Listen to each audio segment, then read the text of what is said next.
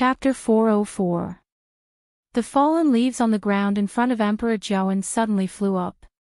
A circular plate that was much smaller than the one at the top of the mountain appeared in front of them. Not only was it smaller, but the patterns on it were also much simpler. A strange pattern appeared in Emperor Joan's palm, and it slowly landed on the circular plate. Following the slight buzzing sound, the circular plate finally started to turn slowly. Emperor Joan was elated. "It's open." Elder Yi also heaved a sigh of relief. Emperor Joan became even more careful. He only held his breath when the circular plate slowly opened from the middle and stepped in. Elder Yi followed closely behind. The duo's figures quickly disappeared. After a while, the surroundings quietened down. Seeing that the circular plate was about to close, Rong Jin, who was hiding in the dark, immediately rushed forward. How can I miss such a great opportunity? Luckily, he was fast enough and entered before the circular plate closed. The moment he stepped in, he felt that he had stepped on a layer of stone, and the surroundings instantly fell into darkness. Rong Jin actually felt a little lucky.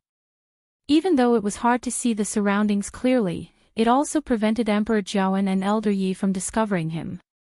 Forget about Emperor Joan, but Elder Yi was very strong. If he wasn't careful, he might be exposed. He secretly came this time, so he naturally didn't dare to make a big fuss. Once he was discovered, the consequences would be dire. Only when he obtained that supreme treasure would he have more confidence. Rong Jin waited at the same spot for quite some time until the duo's footsteps gradually disappeared.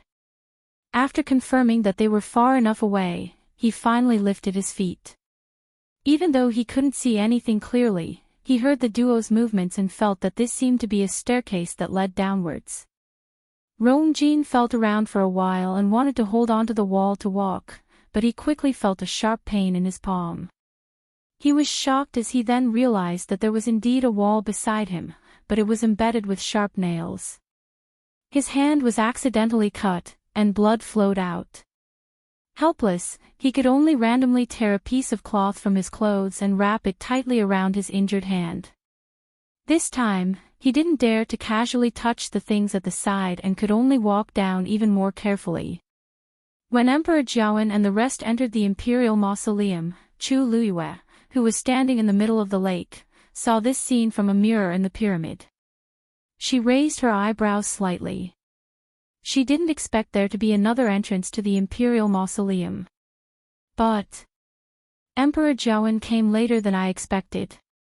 Mu Qinghe and I have already been here for quite some time, yet Emperor Joan is only here now. Furthermore, he came from such a secluded entrance. Of course, she didn't know that Emperor Joan and the rest had waited at the top of the mountain for a long time and finally came in through this path. For some reason, Chu Luiyue could see everything clearly even though the path they were on was very dark. He could even clearly see Emperor Joan's anxious gaze. Chu Luiyue's gaze shifted slightly and landed on Elder Yi. She rubbed her forehead, feeling a headache coming on. I'm not worried if Emperor Joan comes, but Elder Yi actually came too. This was a bit difficult. I can't let them get here. As Chu Luiyue thought this, he suddenly saw Rong Jin following behind them. She raised her eyebrows. This person actually came as well. And from the looks of it, he seemed to have followed them here in secret. That's right. He's been under house arrest at Crown Prince Mansion recently, so he naturally can't let Emperor Joan find out that he's here. Why is he here to join in the fun? A thought flashed across Chu Luiyue's mind, and a bold guess surfaced in his heart.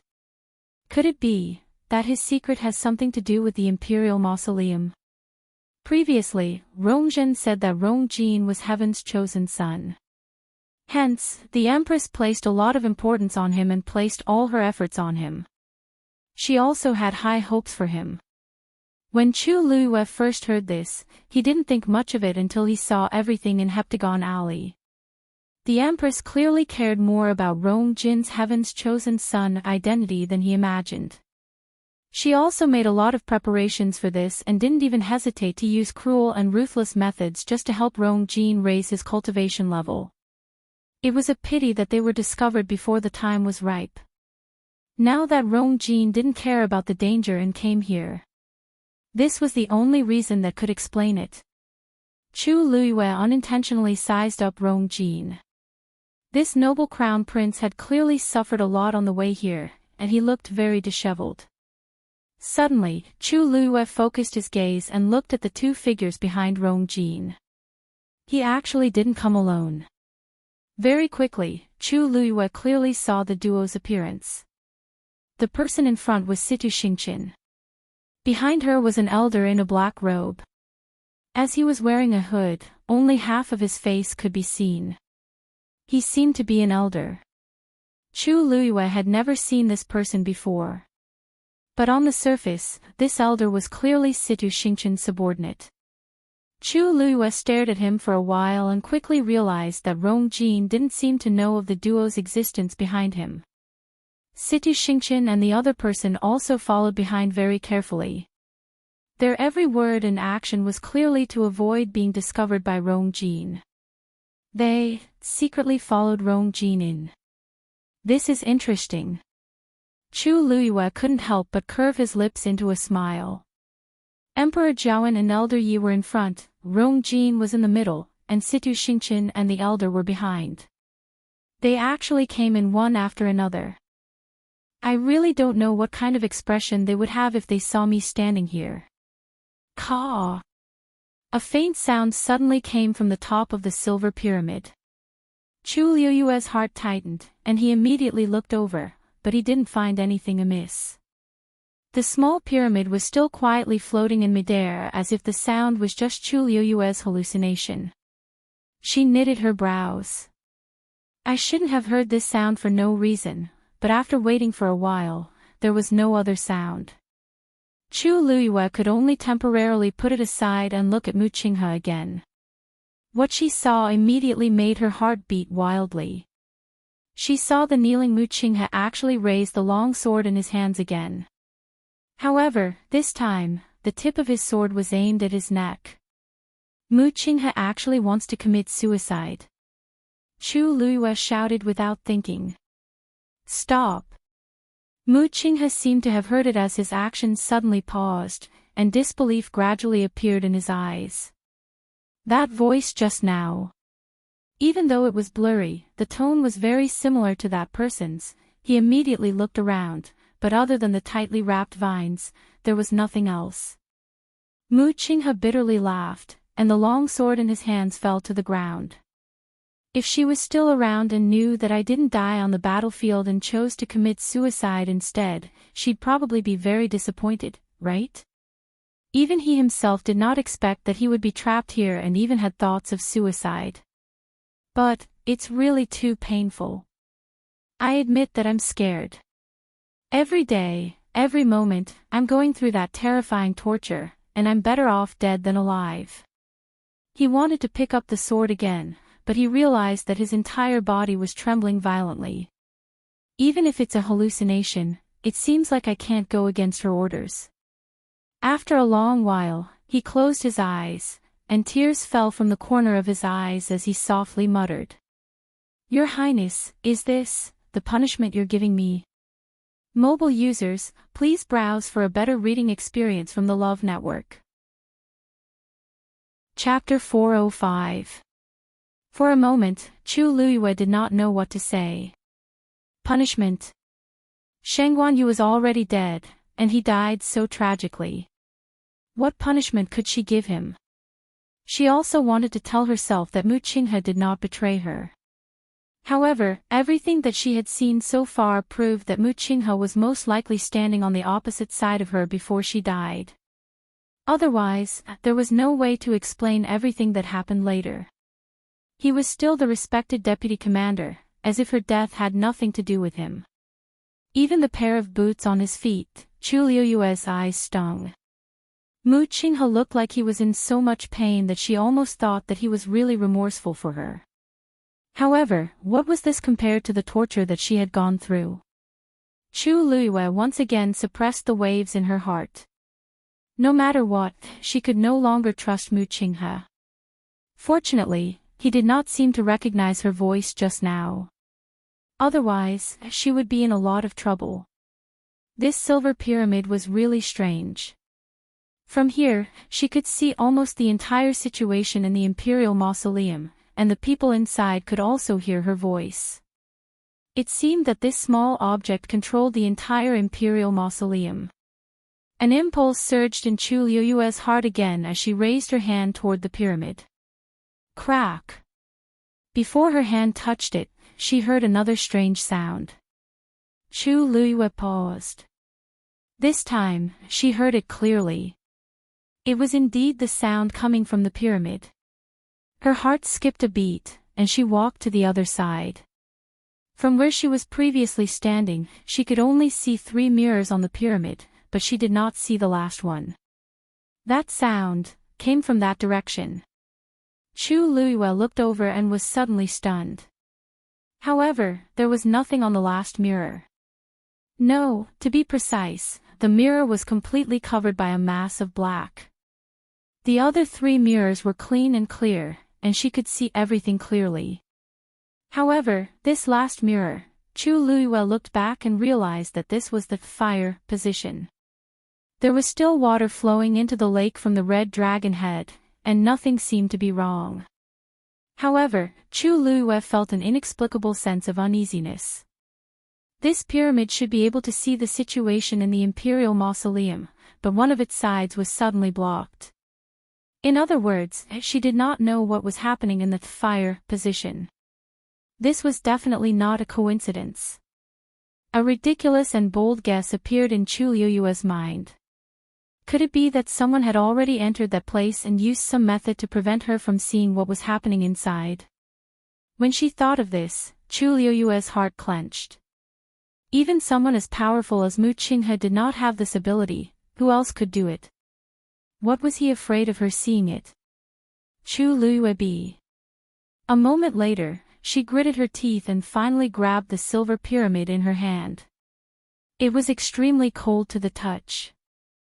A gust of cold air spread out from within, spreading at a speed visible to the naked eye, and quickly covering Chu Luiyue's palm. Chu Luiyue was shocked and immediately wanted to let go. However, at this moment, the water droplet in her dantian suddenly started to spin wildly. A red flame suddenly erupted from Chu Luiyue's palm.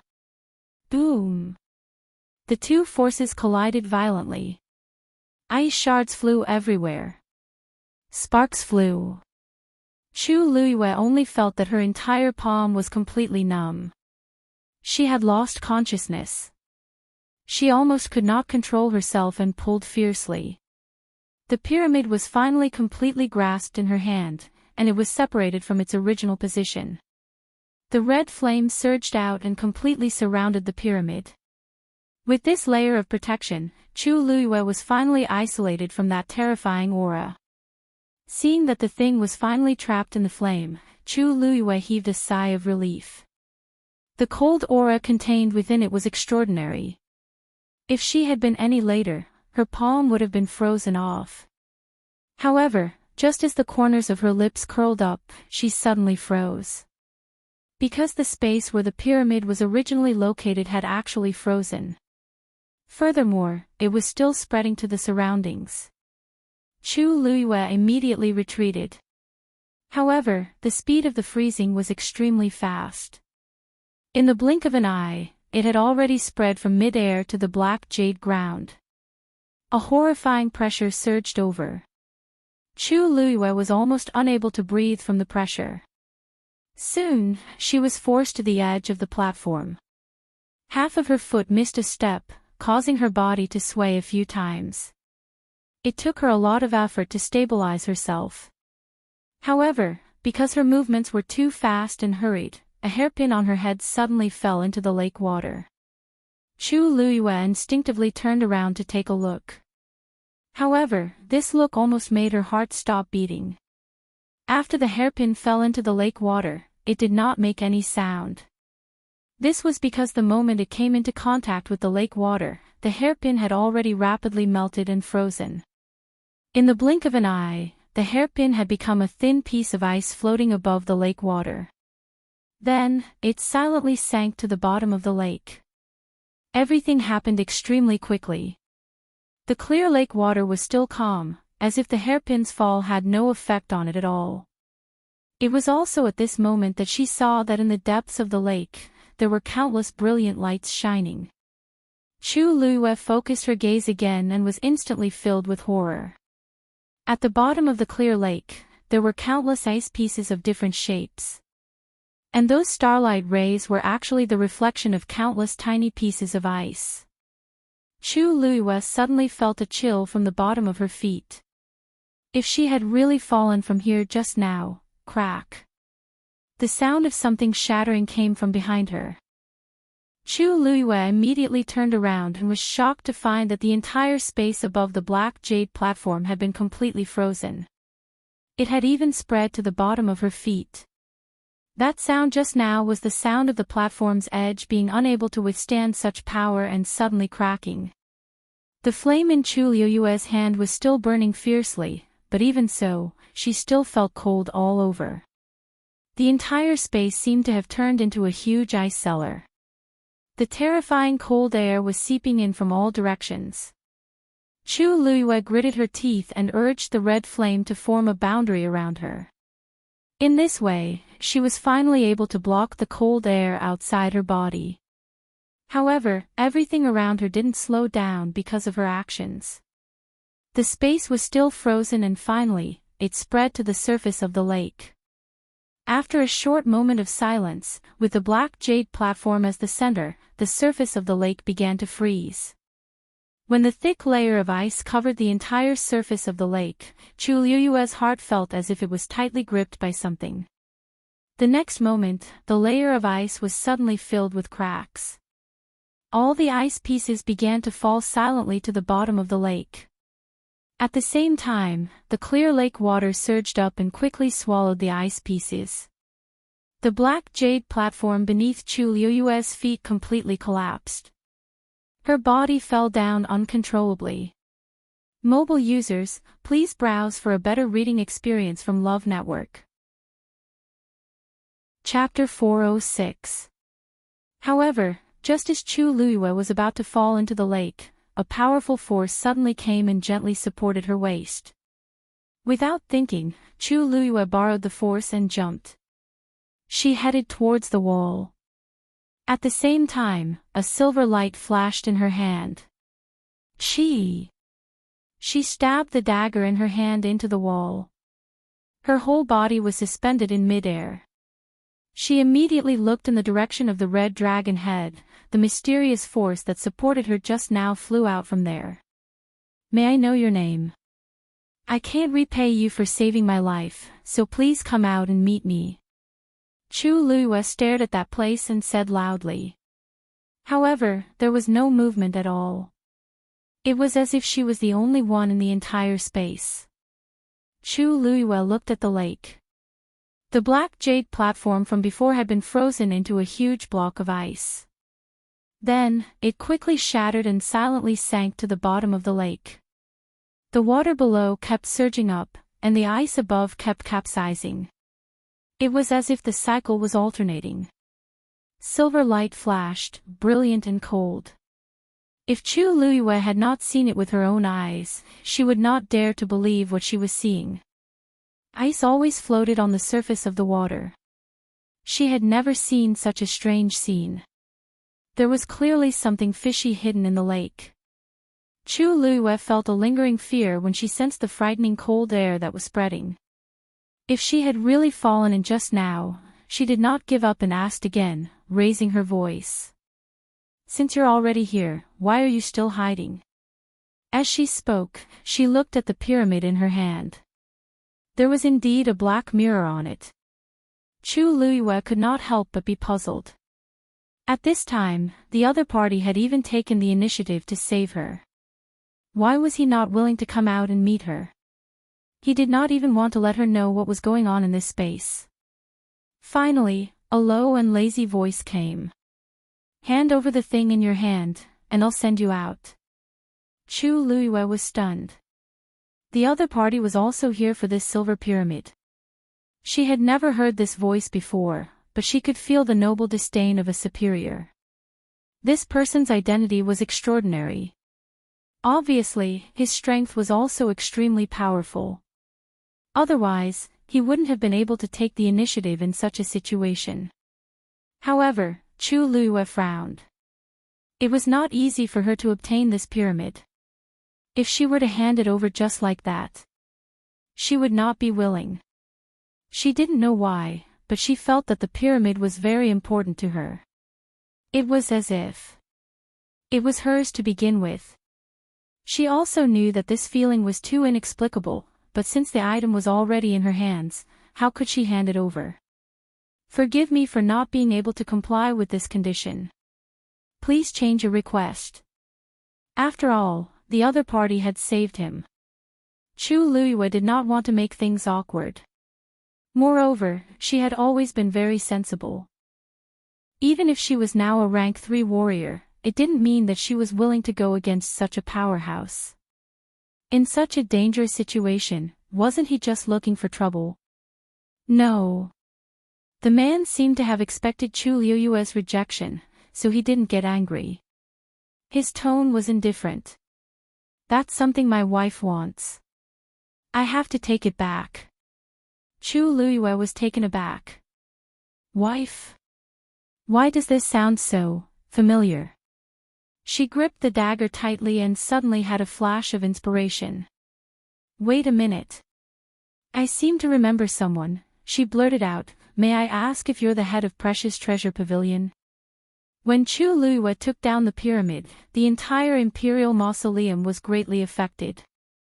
The vines around Muqinghe suddenly withered one after another and finally scattered all over the ground. The illusion that kept repeating in front of him finally dissipated. Muqinghe's body shook and finally woke up from that terrifying state. He knelt on the ground in a daze. The fog in front of him gradually dissipated and he finally saw the real scene in front of him. He looked at the withered leaves and vines and raised his hand to wipe his face. His hand was covered in tears. His heart suddenly trembled. Everything that happened just now began to replay in his mind. Muqinghe did not come back to his senses for a long time. After some time, he finally lowered his head and laughed bitterly. However, this smile was even more painful than the crying from before. He thought that he had buried everything, but he did not expect that. He still remembered it so clearly. Every single thing, every single word, and even every single expression. It had been deeply engraved in his mind. The expression on Muqinghe's face gradually faded and finally returned to its usual calm and cold expression. It was as if he had put on his armor again and put on his mask, covering everything perfectly. He picked up the long sword that had fallen beside him and cut off the vine that had pierced through his wrist. Then, he pulled it out expressionlessly. Blood splattered on his face and the wound was torn even more horribly. He took out gauze and medicine and bandaged himself with familiarity.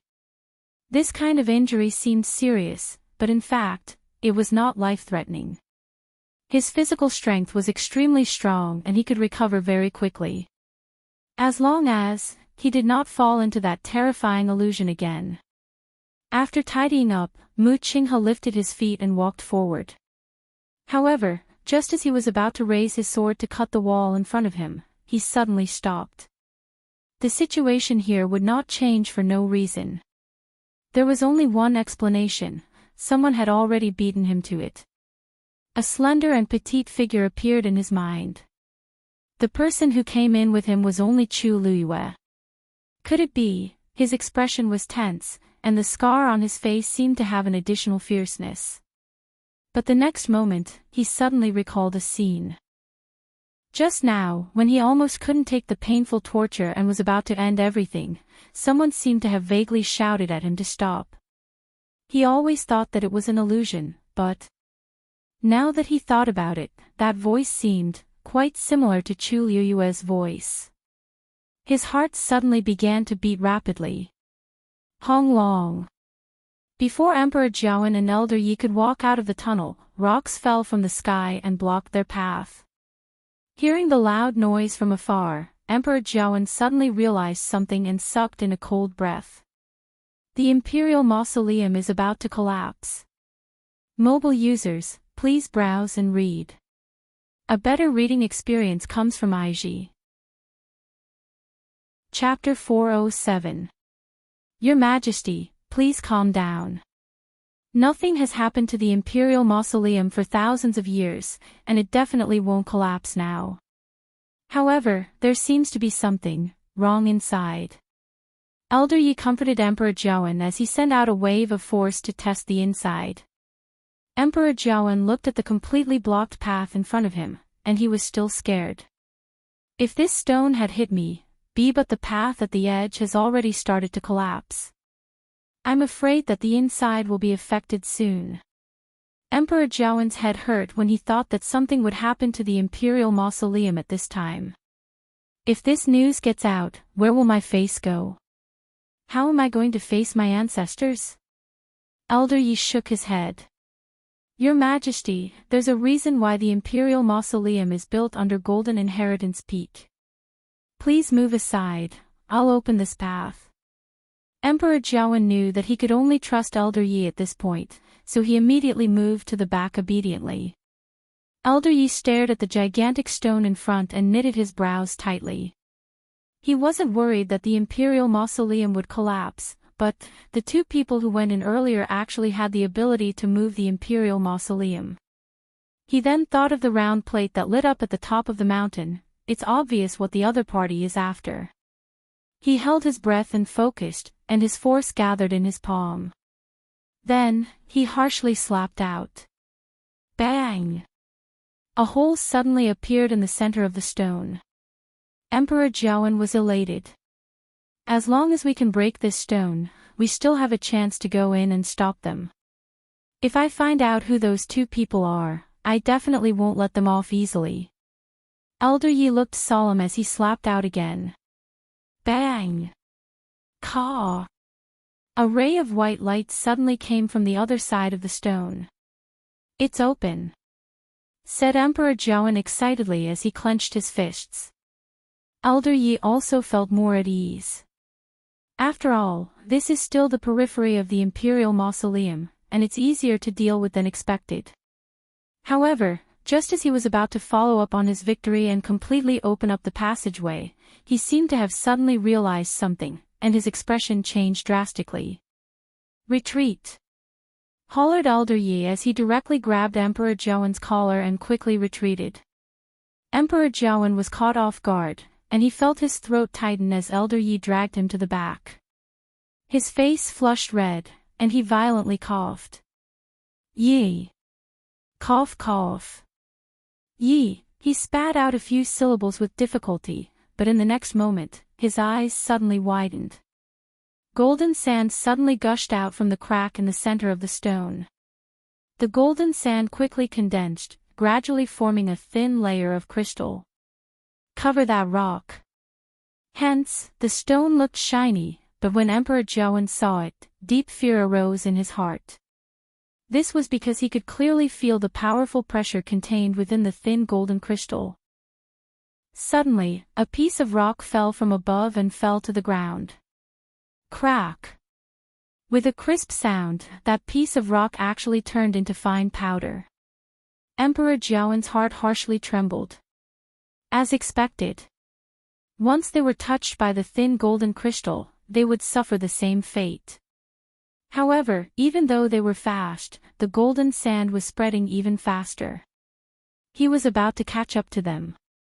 Elder Yi waved his sleeves and a huge black shield appeared in front of the two of them. The surging speed of the golden sand finally slowed down. Old Man Yi and Old Man Yi finally had a chance to catch their breath.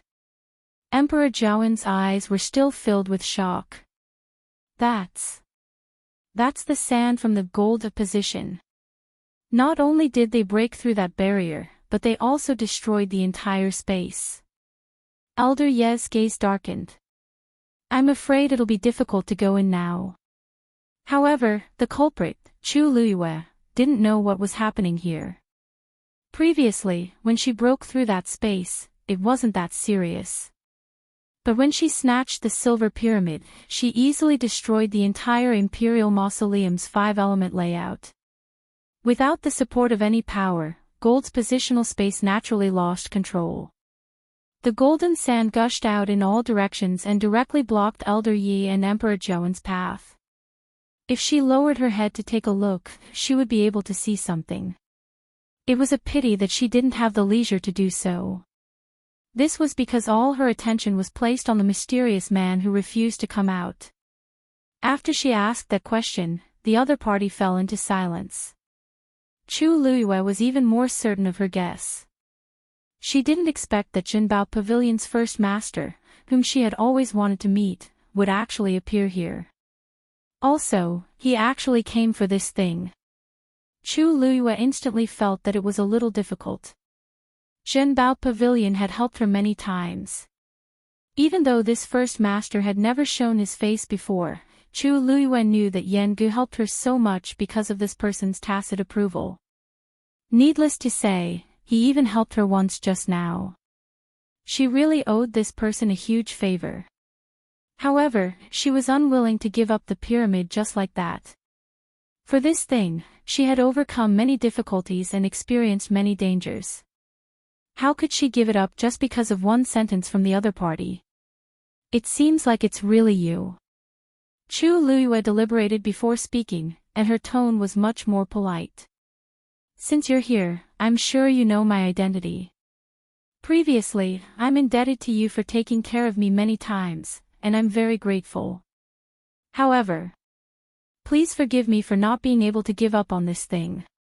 Other than this, you can raise any conditions, and I'll definitely go through fire and water without hesitation. This time, the other party finally opened his mouth. My only condition is this thing. His tone was calm, but it carried a pressure that could not be defied. Chu Luiyue gritted her teeth helplessly. First Master, why don't we have a discussion? Let's get out of here first, and then find a place to discuss this matter properly. How about that? Previously, you said that this is something that your wife has taken a fancy to. Then, why don't I talk to your wife personally, how about that? She had been hanging here for quite a while. If they were to negotiate like this, it would be too unfair to her. At least find a place where they could talk properly, right? Didn't the first master see that the entire lake was about to be completely frozen? The other party fell into a strange silence again. Crack! Just then, the walls suddenly loosened, and the dagger suddenly shook. Chu Luiyue looked up and saw that the wall around the dagger had already cracked. She was afraid that she would not be able to hold on for much longer. However, for some reason, this first master was very difficult to talk to. As if he had heard the commotion, the other party finally spoke mercifully. You said that you want to talk to my wife personally. Chu Luiyue did not know if it was an illusion, but she felt that his tone was very strange. It seemed like there was a hint of a smile. What's so funny about this? Chu Luiyue was furious. When I meet this rumored wife, I have to take a closer look and see what kind of woman she is. It's either she likes this or that. She's really good at acting. Mobile users, please browse for a better reading experience from Love Network. Chapter 408. Yes.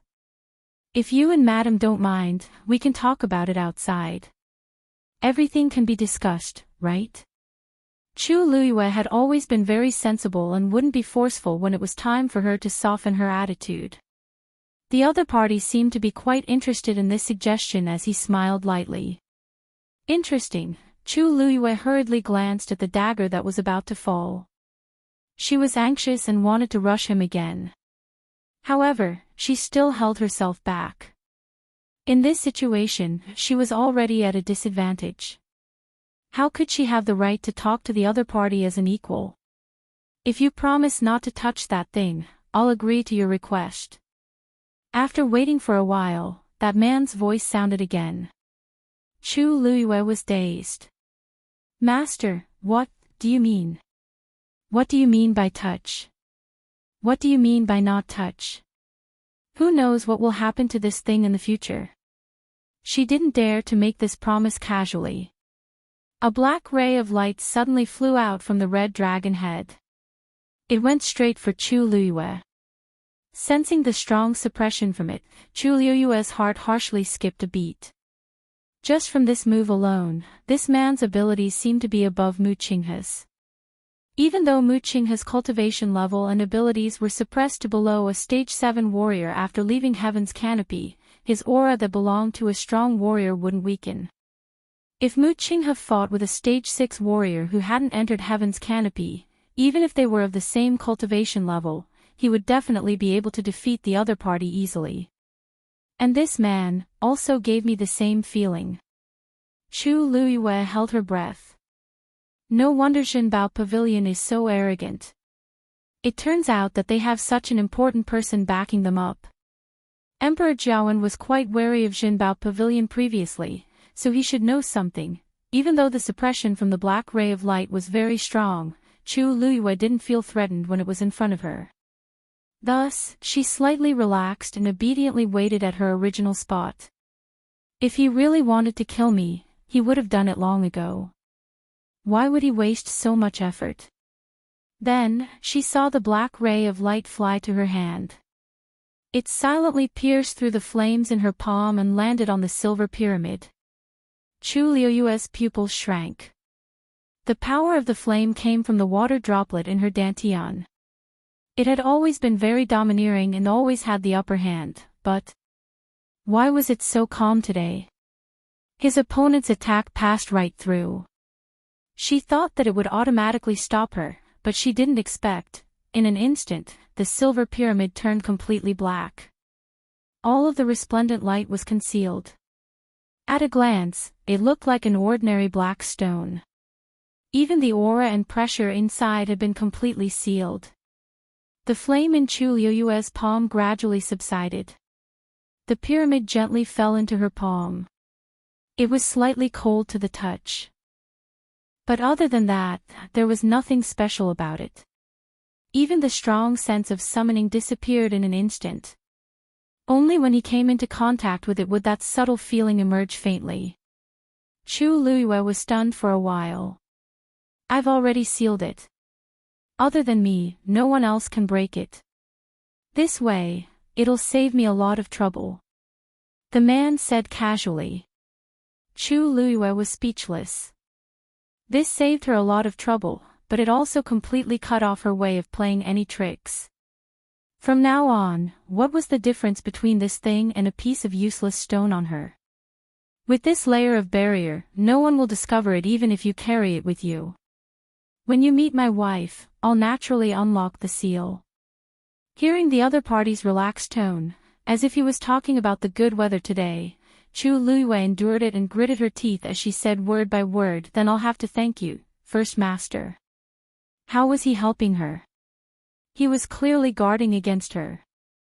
However, she didn't even have a reason to refute. The man opposite her chuckled. It's nothing. It's not worth mentioning. Chu Luiyue secretly gritted her teeth again. When she had the chance, she would definitely let this first master know how powerful she was. Crack. Suddenly, a sound was heard. Chu Luiyue's body suddenly fell. The wall could no longer hold on, and a large piece of it fell down. Chu Luiyue, who was only relying on that dagger, naturally fell down as well. Her heart suddenly felt empty. Looking down, new ice cubes were condensing on the surface of the lake. At a glance, countless stars were flickering below, dazzling and dazzling. However, Chu Luiyue's body immediately tensed up. Just as she was about to fall into the lake, a gentle force suddenly came over. It was as if there was an invisible hand that easily held her up.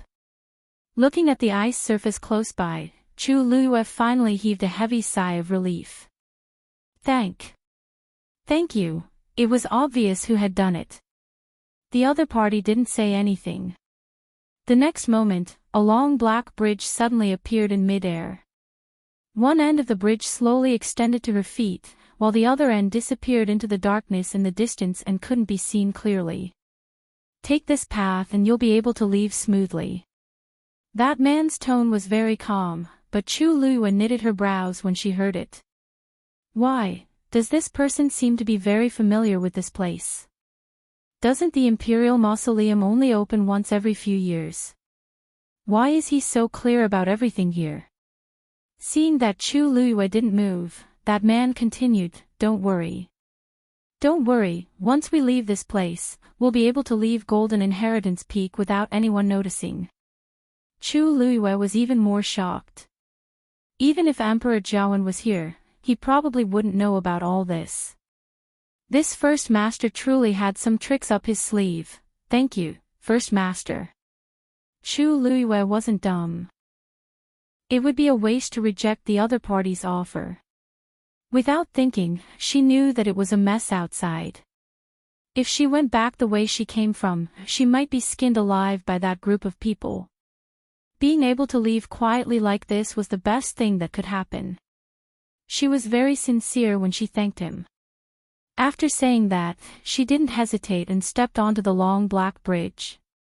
This long bridge was clearly formed by the other party's force, and Chu Luyue walked on it as if she was walking on flat ground. She raised her brows slightly. This person's abilities are really immeasurable. After walking a few steps, she suddenly thought of something and turned around to look in that direction.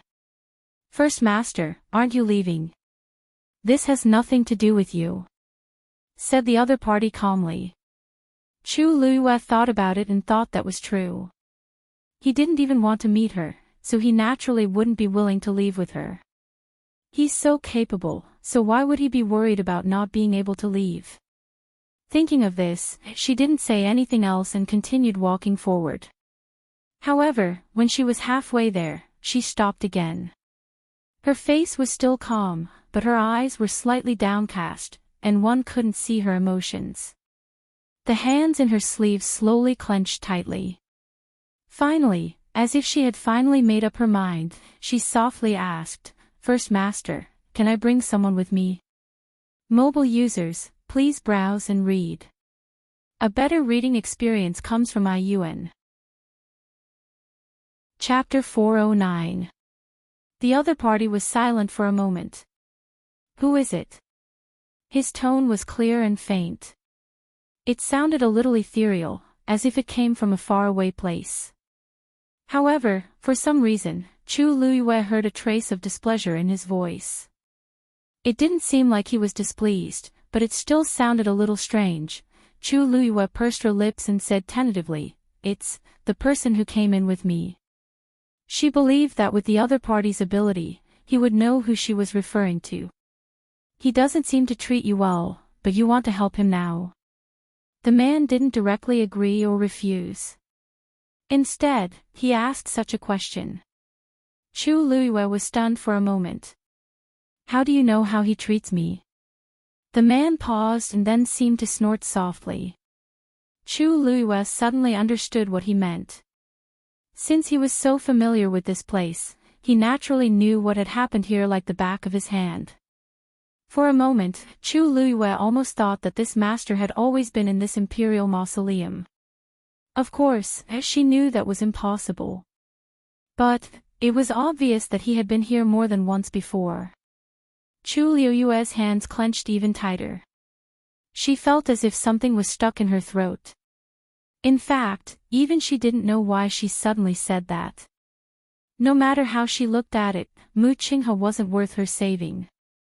But, in front of her, the image of him kneeling on the ground with tears streaming down his face kept appearing.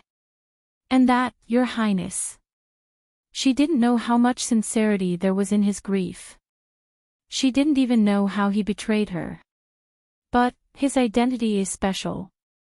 "If he dies here, I'll also be in a lot of trouble," Chu Luyue said with her eyes lowered. Jian Fengqi knew that she and Mu Qinghe had come out. If Mu Qinghe really died here, she definitely wouldn't be able to escape responsibility. According to Jian Fengqi's personality, he definitely wouldn't let it go. Besides, she was still counting on Mu Qinghe to bring her back to the Tianling dynasty. So, no matter what, I would like to ask for your help.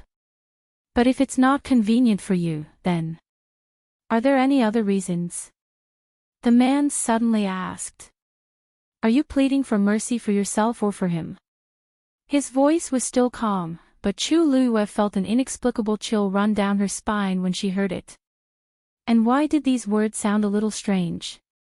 However, these words did make her instantly sober up. She thought about it seriously for a moment and finally shook her head. For myself. After being reborn, the most important thing she learned was that she had to think about herself in everything. Most of the time, the so-called sympathy and compassion would not bring her any benefits. Instead, it would bring her a series of troubles. Mu Qinghe was no longer the Mu Qinghe of the past. And she was no longer the Sheng Guanyu of the past. A favor. The great master finally spoke. His tone was slightly gentler than before. Chu Luiyue inexplicably breathed a sigh of relief, knowing that he had agreed. Thank you, great master. For some reason, she seemed to be easily influenced by his voice. Was it because his aura was too strong? Chu Luiyue really wanted to meet this mysterious great master now, but it was rare that he was willing to help. Naturally, she would not do anything to offend him. Suddenly, she thought of a problem. Ever since she took the pyramid, she had not had time to look at it. She did not know how Mu Qinghe was doing now. Bang! A muffled sound came from behind her. Chu Luiyue was shocked and immediately turned around. Mu Qinghe was lying on the black bridge behind her, covered in blood. He was motionless and seemed to be unconscious. The fall just now seemed to be quite heavy. His chest shook, and he spat out a few mouthfuls of blood. It looked really miserable and miserable. The corner of Chu Luiyue's eyes twitched. This appearance was too sudden. What happened to him? Chu Luiyue could not help but ask when she saw that he seemed to be more seriously injured than before. Oh, he just fainted. He won't die from a fall. That person said coldly, as if he did not care. Chu Luiyue was speechless. Or do you want him to know that you were the one who saved him so that he would be more grateful to you? The speaker did not mean it, but the listener did. Chu Luiyue felt as if her heart had been stabbed by a knife. No need, this is for the best. Thank you. She quickly sorted out her thoughts. When she looked at Mu Qinghe again, her heart was calm. That great master was right. This was the best choice. She had saved him before, and he was grateful to her. But in the end, it was just a joke. This time, she was only doing it for herself. Thinking of this, she walked over and planned to carry Mu Qinghe out. However, just as she leaned over, something flew over from the corner of her eye. She immediately raised her hand and caught the thing. After taking a closer look, she realized that it was actually a yuan instrument. Use this to take him out. Don't dirty my path. The man's tone was cold. Chu Luiyue could not help but mutter in her heart. So this great master is also like this. To put it nicely, he's fastidious. To put it bluntly, yes, he's on par with his wife. This bridge is formed by force. How can it be dirty? Besides, it's black. How dirty can it be? However, since she had taken advantage of him, she naturally wouldn't say such things to his face. Besides, using this yuan instrument could indeed save her a lot of energy. What are you talking about? Chu Luiyue was shocked. Her mouth was tightly shut just now and she did not make a sound. Does this person know how to read minds? He can even guess that. She immediately looked up with a smile. Nothing. I was just thinking that you and your wife are a match made in heaven. This sentence obviously pleased this difficult great master. He smiled, and his tone and attitude were much better than before. My wife and I think so too. Chu Luiyue choked. She had seen people who felt good about themselves, but she had never seen anyone who praised her and his wife to their faces. Then, I wish you and your wife a long life together. I'll be leaving now. Chu Luiyue said very sensibly. The other party chuckled but did not say anything else. Chu Luiyue was relieved and injected a stream of force into the yuan instrument. With a bang, the yuan instrument unfolded and floated in midair. It was a hexagonal flying disc. Then, a net suddenly dropped from the flying disc and easily covered Mu Qinghe. Looking at Mu Qinghe curled up in the net, the corners of Chu Luiyue's eyes twitched. It's good to help, but this scene is really exciting, she coughed and turned around. Suddenly, a voice with a smile was heard. I also wish you and your future husband a happy marriage. Mobile users, please browse for a better reading experience from Love Network. Chapter 410. Chu Luiyue looked back strangely. Why does this sentence sound so sincere? The corners of her mouth curled up as she thanked him again.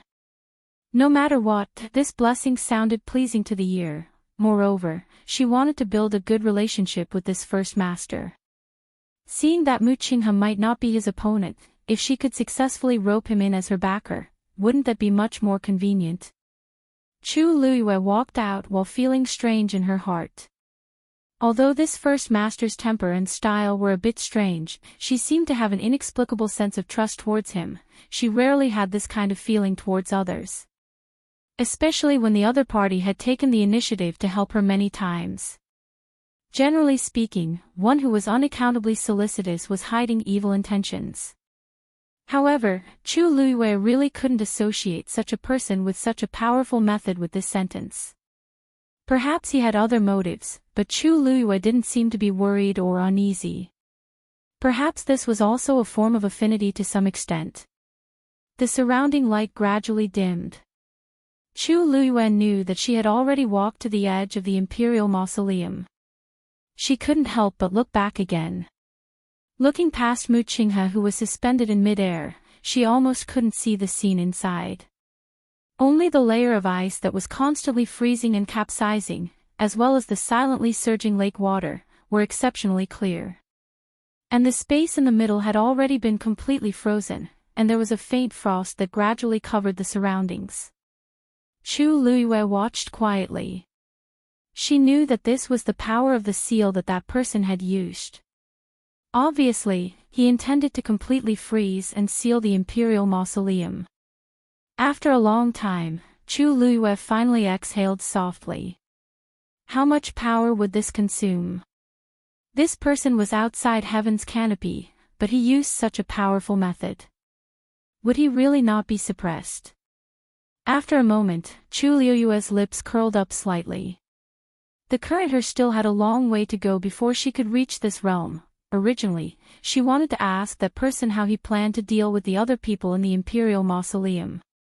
But after hesitating for a long time, she still didn't speak.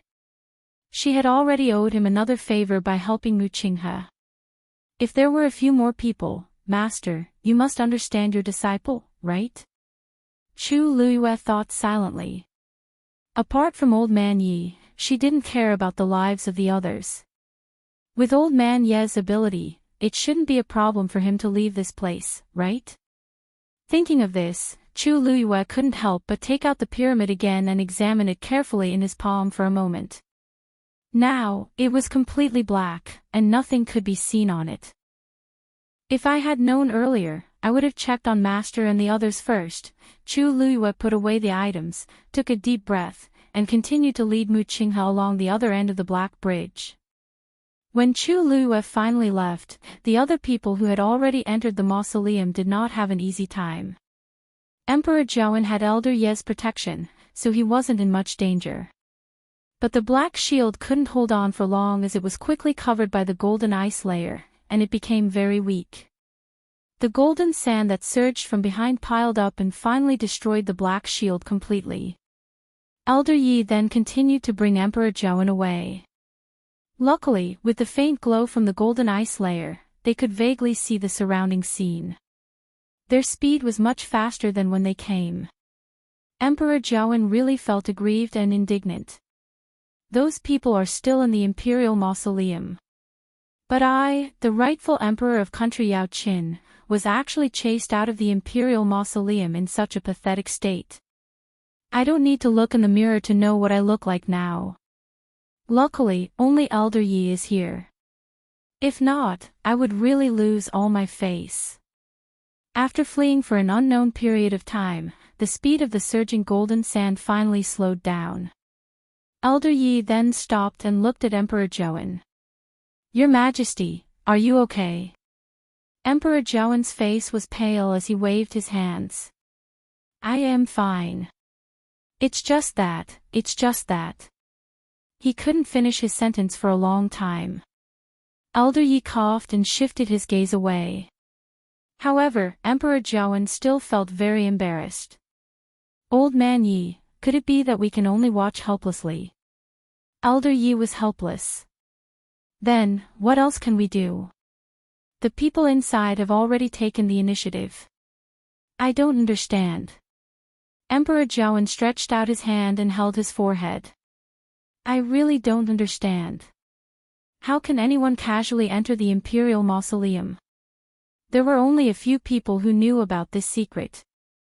Other than Elder Yi and me, logically speaking, nobody else should know about it. But, they clearly came prepared. If not, how could it be so successful? Elder Yi paused and comforted him. Your Majesty, don't be anxious. After all, the things inside should still. Before he could finish his sentence, he suddenly looked up. He saw that the golden sand that kept surging over suddenly paused for a moment and then started to retreat. In the blink of an eye, it had already retreated by tens of steps. Emperor Zhaoan was dazed. What's going on? Deep shock flashed across Elder Ye's eyes.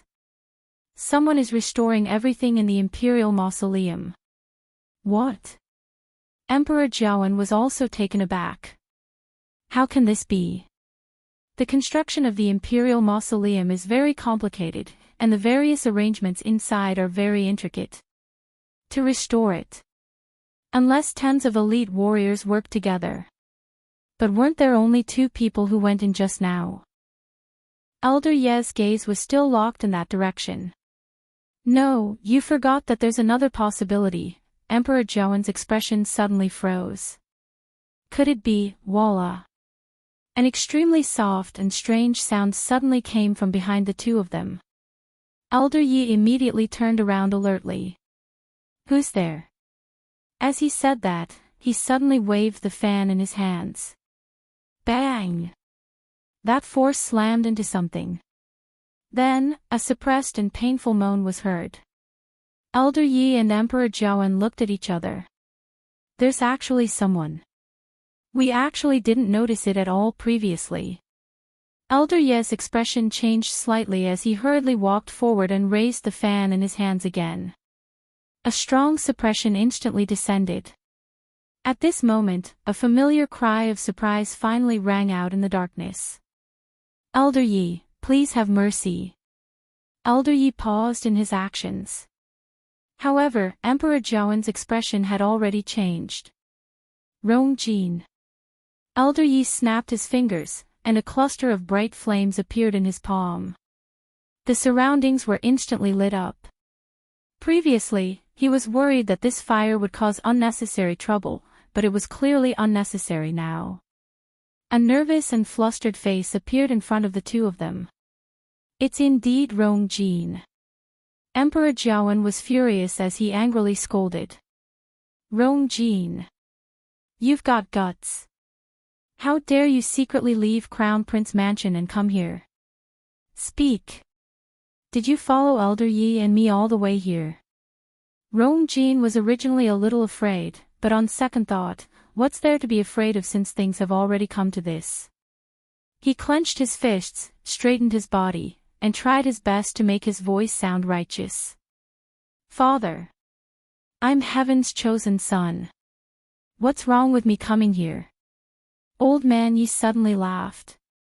"Your Highness, the real heaven's chosen son can directly enter Golden Inheritance Peak and control everything in the Imperial Mausoleum. There's already one inside, so where did your heaven's chosen son title come from?" Mobile users, please browse and read. A better reading experience comes from IUN. Chapter 411. Rong Jin was dazed. What? He understood every word of Elder Ye's words, but why couldn't he understand them when they were strung together? Upon hearing this, Emperor Zhaoen's gaze darkened. So Elder Yi also realized it. Elder Yi laughed helplessly and waved the fan in his hands. "Even if you couldn't guess it previously, you should have known after seeing the previous scene." Emperor Zhaoen closed his eyes. No wonder, if this is the answer, then everything that happened previously has a logical explanation. Rong Jin, who was at the side, was confused when he heard the duo's conversation. The more he heard, the more flustered he became. "Father. Elder Yi. What do you mean by this? Heaven's chosen son. Isn't it me? How can there be another one inside? That person must be fake. I'm the real heaven's chosen son." Pack! Emperor Zhaoen went forward and harshly slapped Rong Jin. This slap was very harsh, and it directly caused Rong Jin to fall to the ground. An intense bloody taste surged up Rong Jin's mouth. Half of his face was numb, and his ears were buzzing.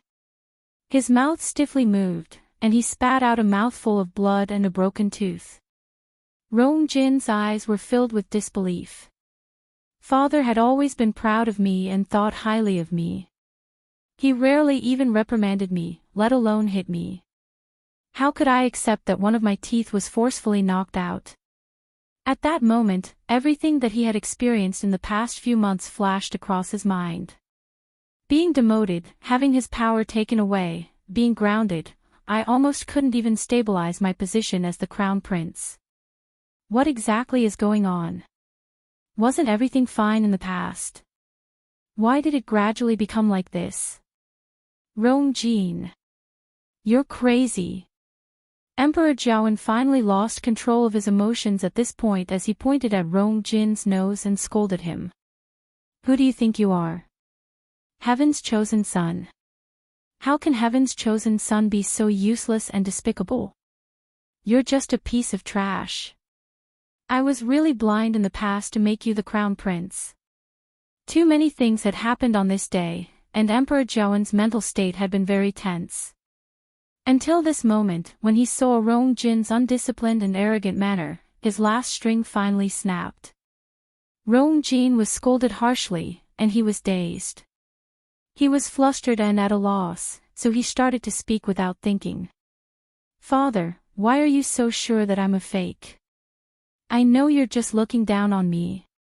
However, this matter was personally told to me by my mother. Imperial Mother would never lie to me. The chosen one must be me. It can only be me. Elder Yi looked at Rong Jin's crazy appearance and knitted his brows. Before he could say anything, Emperor Zhaoen suddenly laughed out loud. Ha ha ha. How laughable. What your imperial mother told you must be true. Rong Jin, how brainless are you to say such a thing? Rong Jin clenched his teeth and said, at most, we'll go and confront mother. We can always, confrontation. Emperor Zhaoen's expression suddenly turned cold. You probably don't know that your mother is already dead, right?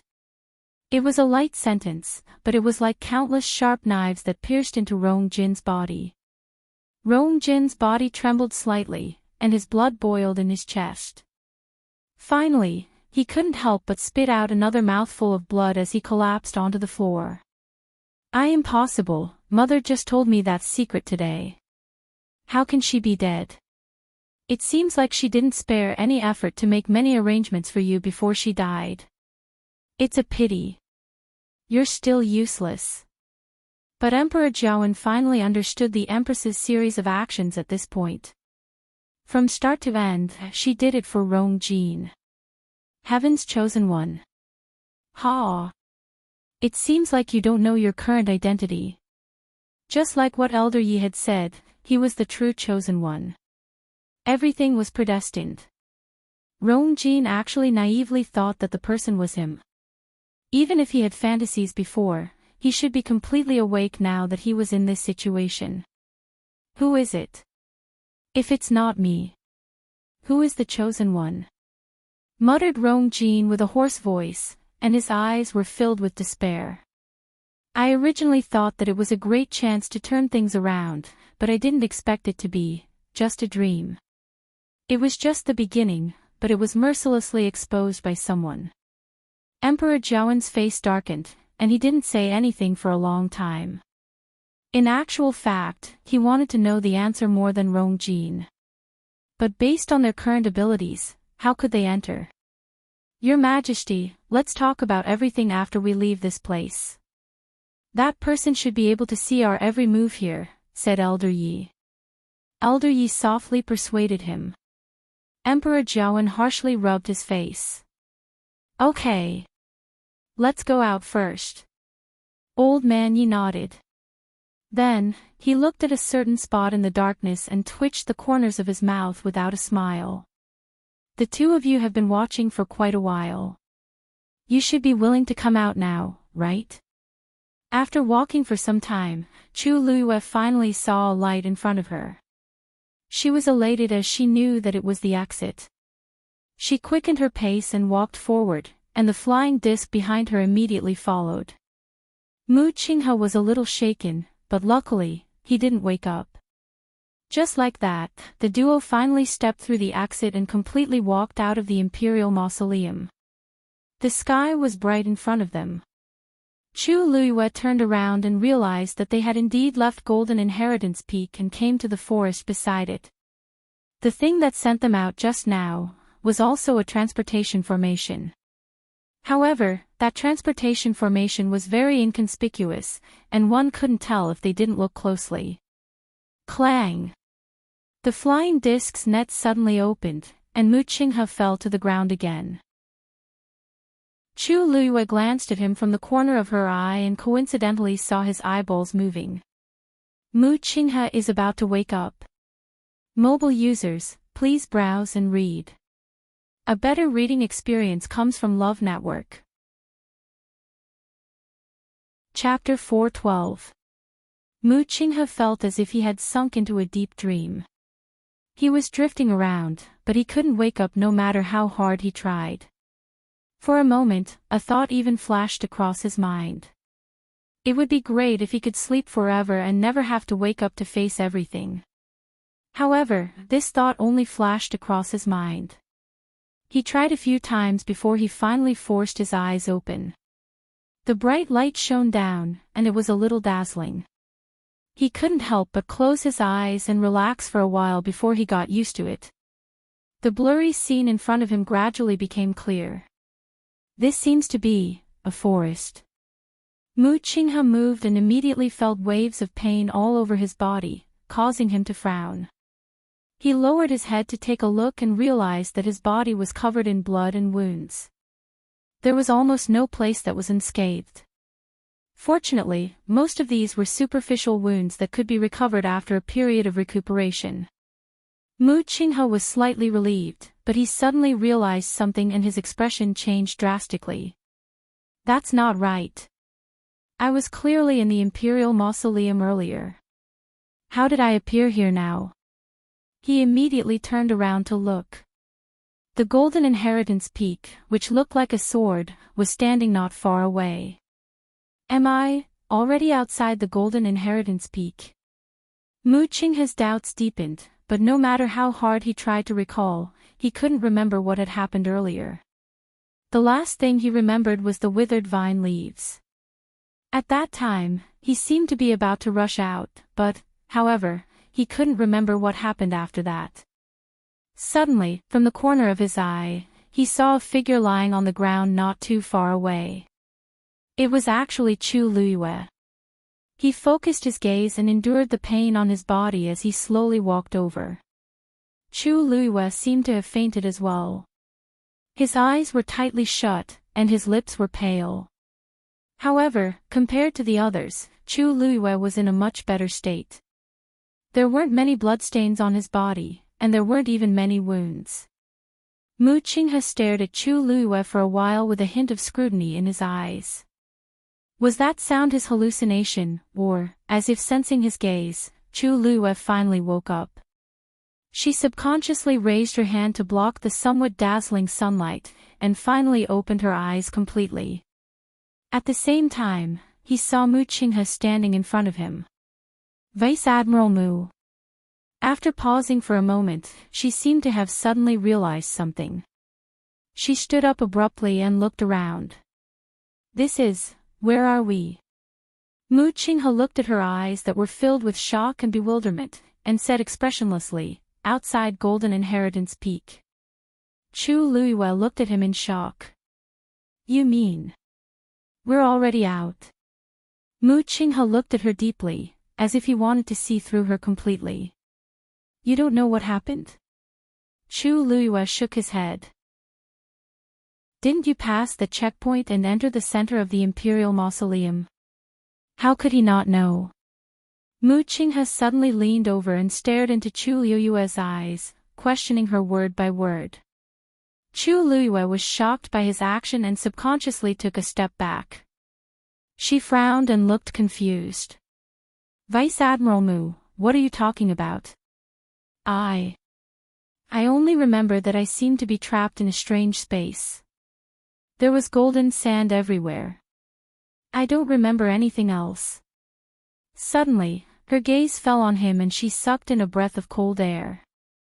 How did you suffer such a serious injury? Mu Qinghe pursed his lips tightly. Chu Luiyue didn't look like she was acting, but he felt that something was wrong. You really don't remember? Chu Luiyue looked helpless and was about to get up. Just as she stood up, she let out a hiss and covered her head. My head hurts. Mu Qinghe's eyes moved. Actually, the back of his head hurt too. Could it be that Chu Luiyue wasn't lying and we were all sent out together? Looking at her rubbing her head and grimacing in pain, Mu Qinghe inexplicably believed her and suppressed the dangerous aura on his body. He turned back to look at Golden Inheritance Peak again. If Chu Luiyue really got that thing, there was no need for her to come out with him. Moreover, she didn't have the fluctuation of that thing on her body. But looking at the current situation, there should be a third person who got it. Did you see anyone else in the Imperial Mausoleum? Mu Qinghe suddenly asked. Chu Luiyue still denied it. Other than the mysterious First Master, she had clearly seen all the other people who had gone in. But naturally, she couldn't tell Mu Qinghe this. Mu Qinghe didn't expect to get any useful clues from Chu Luiyue. After pondering for a moment, he walked forward again. Chu Luiyue was shocked. Vice Admiral Mu. What are you doing? Do you still want to go back? Mu Qinghe said coldly, you can stay here or go back by yourself. Chu Luiyue. Your injuries are so serious, I'm afraid it's not good for you to go back now, right? Also, when we went in, we seem to have been discovered by the people around Golden Inheritance Peak. If we go back now, anyone with a normal brain would know that under such circumstances, they definitely couldn't go back. What's wrong with Mu Qinghe? However, Mu Qinghe didn't seem to care about her words and continued walking forward. That girl is right. Why are you in such a hurry to die? A voice filled with mockery and ridicule sounded lazily. Mu Qinghe stood still. Chu Luiyue was slightly shocked and looked up. A tall figure was slowly walking over from the forest beside them. Then, he leaned against a tree trunk and looked at the two of them with a smile that wasn't a smile. It was Jian Fengqi. Chu Luiyue's eyes flickered as she bowed politely and asked in a seemingly casual manner, may I know when young Master Jian came? Vice Admiral Mu and I actually didn't notice. Jian Fengqi seemed to have thought of something unpleasant and his face turned cold. This young master had planned to come a long time ago, but I didn't expect to meet with some trouble on the way. I had just circled around Golden Inheritance Peak when I sensed Mu Qinghe's aura and came over. When this young master arrived, he had just woken up. As he spoke, he looked at Mu Qinghe and sized him up with some disdain. Looking at you, could it be that you've become stupid from the beating? You actually didn't notice this young master for so long. You've only been here for a short while and you've already regressed to this extent. Chu Luiyue felt slightly relieved. It seemed that Jian Fengqi didn't know what had happened previously. Mu Qinghe couldn't be bothered with Jian Fengqi and continued walking forward.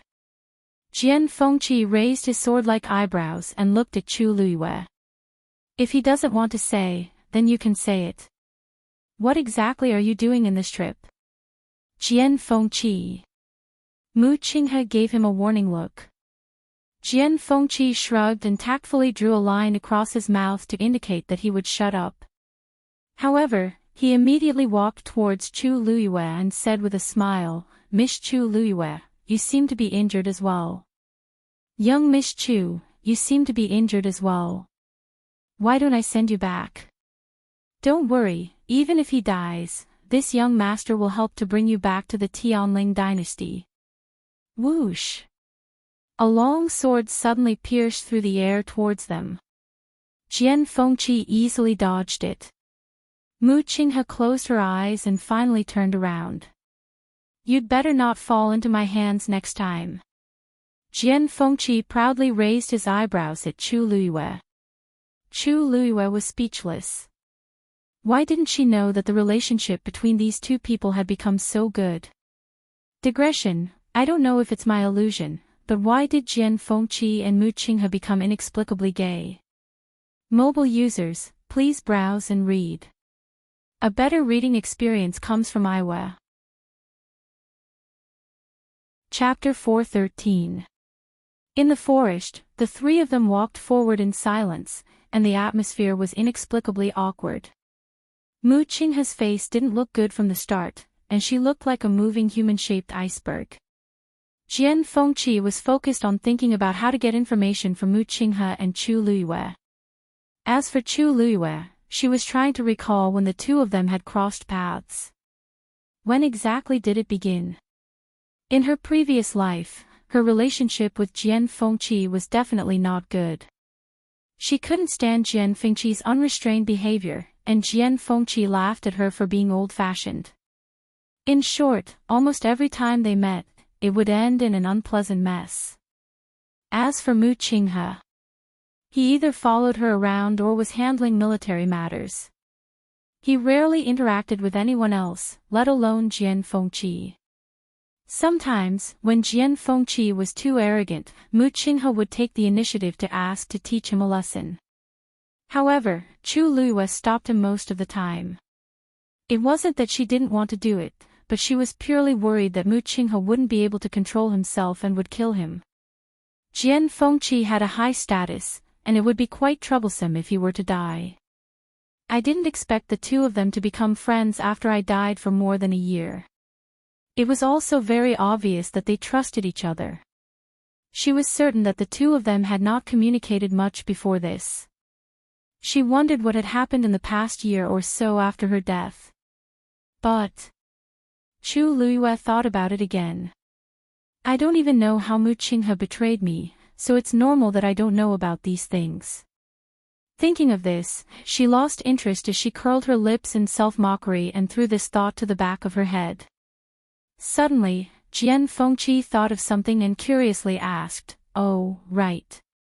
Miss Chu, your fiancé, Prince Li, seems to be here too. Didn't you see him?" In the Imperial Mausoleum, there was dead silence in the dark and narrow tunnel. After Elder Yi spoke, Emperor Jiawen and Rong Jin were shocked as they looked in that direction in unison. There were actually two more people here. Seeing that the other party didn't respond, Mr. Yi said casually, "Looks like he's an acquaintance." That's why he doesn't want to show himself. Then, he looked at Rong Jin. Who did you come to Golden Inheritance Peak with? Rong Jin's heart sank, and he instinctively denied it. I came by myself. His whereabouts had already been exposed, and he already had a guilty conscience. On top of that, he was frightened by Elder Ye's pressure, so he couldn't even say, "This king." Old Man Yi shook his head and sighed. Your Highness, are you still not willing to admit it at a time like this? Do His Majesty and I look so gullible? Rong Jin guiltily looked down, clenched his teeth, and felt very conflicted. Who could it be that followed him in? Only Situ Xingchen came with him. However, he had previously told her to wait outside, and Situ Xingchen had also agreed. It was fine if it wasn't her, but if it really was her, she would definitely be implicated. At that moment, Situ Xingchen's previous words suddenly surfaced in Rong Jin's mind. Your Highness, you mustn't let outsiders know that Xingchen helped you. This way, even if His Majesty finds out that something is amiss, Xingchen can think of ways to help you out. After all, my father is still around. But if I'm also implicated, father won't be able to say anything. Anyway, you must be careful. Rong Jin actually felt that it made sense. Now that mother was dead, and he was in such a predicament, the only person he could rely on was Situ Xingchen. I did come here alone, said Rong Jin with clenched teeth. Elder Yi looked at Rong Jin and felt that he was hopeless. Emperor Zhaoan sneered. Really? You can escape from Crown Prince Mansion on your own and come here secretly? Rong Jin's face flushed red, but he still refused to say anything. Elder Yi couldn't be bothered to say anything else to him as he said to the two people hiding in the dark, if you're still unwilling to come out, we can fight. Then, the fan in his hand suddenly flew out. Chew! An air-piercing sound was heard. A sharp gust of wind swept in that direction in an instant. Hong! An equally strong force went up against it. The two forces harshly clashed against each other. The entire tunnel shook. A ball of white smoke suddenly spread out rapidly. Elder Ye's expression turned cold, and he immediately wanted to follow. But the moment he took a step forward, he knitted his brows. This smoke is poisonous. Emperor Zhaoan and Rong Jin were caught off guard and had already inhaled a small amount of smoke, causing them to cough violently. Cough! Cough cough. Seeing the duo's reaction, Elder Ye's face turned even uglier. If he chased after them alone, he would most likely be able to catch the other party. But the remaining Emperor Zhaoan and Rong Jin would definitely be in danger. The most important thing now is to get out of here and remove the poison in their bodies. Elder Yi looked in the direction that the duo had escaped in with much hatred. What a pity. He took out a jade bottle, quickly poured out 2 pills, and passed them to Emperor Zhaoan and Rong Jin respectively. Your Majesty, this poison is very dangerous. Use the mind-clearing pill to suppress it first. We have to get out as soon as possible. Emperor Zhaoan took the pill and swallowed it. Rong Jin anxiously snatched the pill over and quickly swallowed it. Emperor Zhaoan felt disgusted again. Rong Jin's son is really stupid and useless. When I return to the palace, I must punish him harshly. Old Man Yi led the two of them outside. Elder Yi, why don't you chase after the duo first? I can get out alone. Emperor Zhaoan actually really wanted to know who the duo that had escaped were. Never mind that the people who entered the Imperial Mausoleum were very capable, but how could he let the snakes and rats who followed behind them off? Elder Yi sighed. Your Majesty, they're long prepared. It's too late to chase after them now. Let's check after we get out. But the two of them didn't even show their figures. Won't it be like finding a needle in a haystack to find them when we're outside? Rong Jin followed behind and heaved a sigh of relief.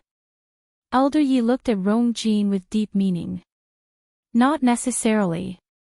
Perhaps we'll find out the duo's identities very soon. Rongjin felt a chill down his spine, and he instinctively lowered his head. The three of them continued on their original path. Probably because of the poison in the smoke, Emperor Jiawen and Rongjin quickly lost their stamina, and they walked slower and slower. If it weren't for Elder Yi, the two of them really wouldn't be able to walk out of here. On the other end, Situ Xingqian and Elder Lian Ning quickly ran outside. Situ Xingqian bit her lips until they bled, and her eyes were filled with hatred. The Empress, that old witch, actually dared to lie to me. She never expected that Rongjin wasn't heaven's chosen son. After so much trouble, everything was for naught. Elder Lian Ning's expression didn't look good, and he didn't say anything. He only heaved a sigh of relief when a light appeared in front of them. Your Highness, the exit is in front. Let's talk about everything after we get out. But at this point, a loud boom came from above the duo's heads. The circular board not far away started to close slowly. Mobile users, please browse and read. A better reading experience comes from Love Network. Chapter 4:14. The exit is about to close, exclaimed Elder Lian Ning as he exchanged glances with Situ Xingqian. The two of them then immediately rushed forward. However, they were still one step too slow. Caw! Just as the two of them were about to take a step forward, the circular plate slowly but firmly closed. All the light was instantly blocked outside. The duo's vision turned pitch black again. Situ Xingqian used all her strength to push the stone wall, wanting to open it again. But no matter how much strength she used, the circular plate didn't move at all. This thing is closely connected to the entire mausoleum. It's impossible to open it with brute force. You can't use brute force, said Elder Lian Ning with a solemn face. Then, what should we do? Won't we be trapped here? Situ Xingqian anxiously looked at him. Even you can't do anything. Elder Lian Ning stepped forward, placed his hand on the surface, and carefully felt it. After a while, he slowly shook his head. Unless we have the key, Situ Xingqian's heart sank. Doesn't that mean that only Emperor Jiawen and the rest have the chance to open it? Elder Lian Ning didn't say anything, but his silence already explained everything. The surroundings fell into dead silence. Situ Xingqian harshly hammered the surface and clenched her teeth. The duplicate key we took from the Empress is in Rongjin's hands, but he didn't even use it. If I knew earlier, I would have kept it. After going back and forth for so long, I didn't expect it to be all for naught in the end. To think that I pretended to be obedient to Rongjin for so long. When she recalled all those scenes, she was so disgusted that she wanted to vomit. Elder Lian Ning sighed and tried to persuade her. Who would have expected such a thing? Your Highness, don't waste your time and energy on such a person. It's not worth it to be angry over him. Actually, let alone you, even His Majesty. Situ Xingqian bit her lips tightly. Father carefully planned this for so long. If he knew that all of this was just a scam and that Rongjin wasn't the so-called heaven's chosen son, he would be so angry. The heaven's chosen son is clearly someone else, but based on what I see, Rongjin should have only found out today. If I didn't guess wrongly, the Empress should have made a mistake from the start, said Elder Lian Ning in deep thought. Situ Xingqian was previously in a fit of anger, but now that she had calmed down and thought about it carefully, there was really such a possibility. The Empress has painstakingly prepared for so many years. She must have treated Rongjin as heaven's chosen son. She knew what the Empress looked like before she died. The Empress must not know about this. She got off easy, muttered Situ Xingqian indignantly. If the Empress knew that all her hard work over the years was just a joke, how would she react? Unfortunately, she had killed her after she had obtained the duplicated key. The sooner she dies, the sooner she can be reincarnated. If she continues to live, she will definitely cause a lot of trouble. His Highness' decision was correct, Elder Lian Ning said. However, this did not make Situ Xingchen feel any better. But we can't get out of here. If they catch up with us. Before he could finish speaking, a biting cold aura suddenly came from behind him. Elder Lian Ning's expression hardened, and he immediately stood in front of Situ Xingchen.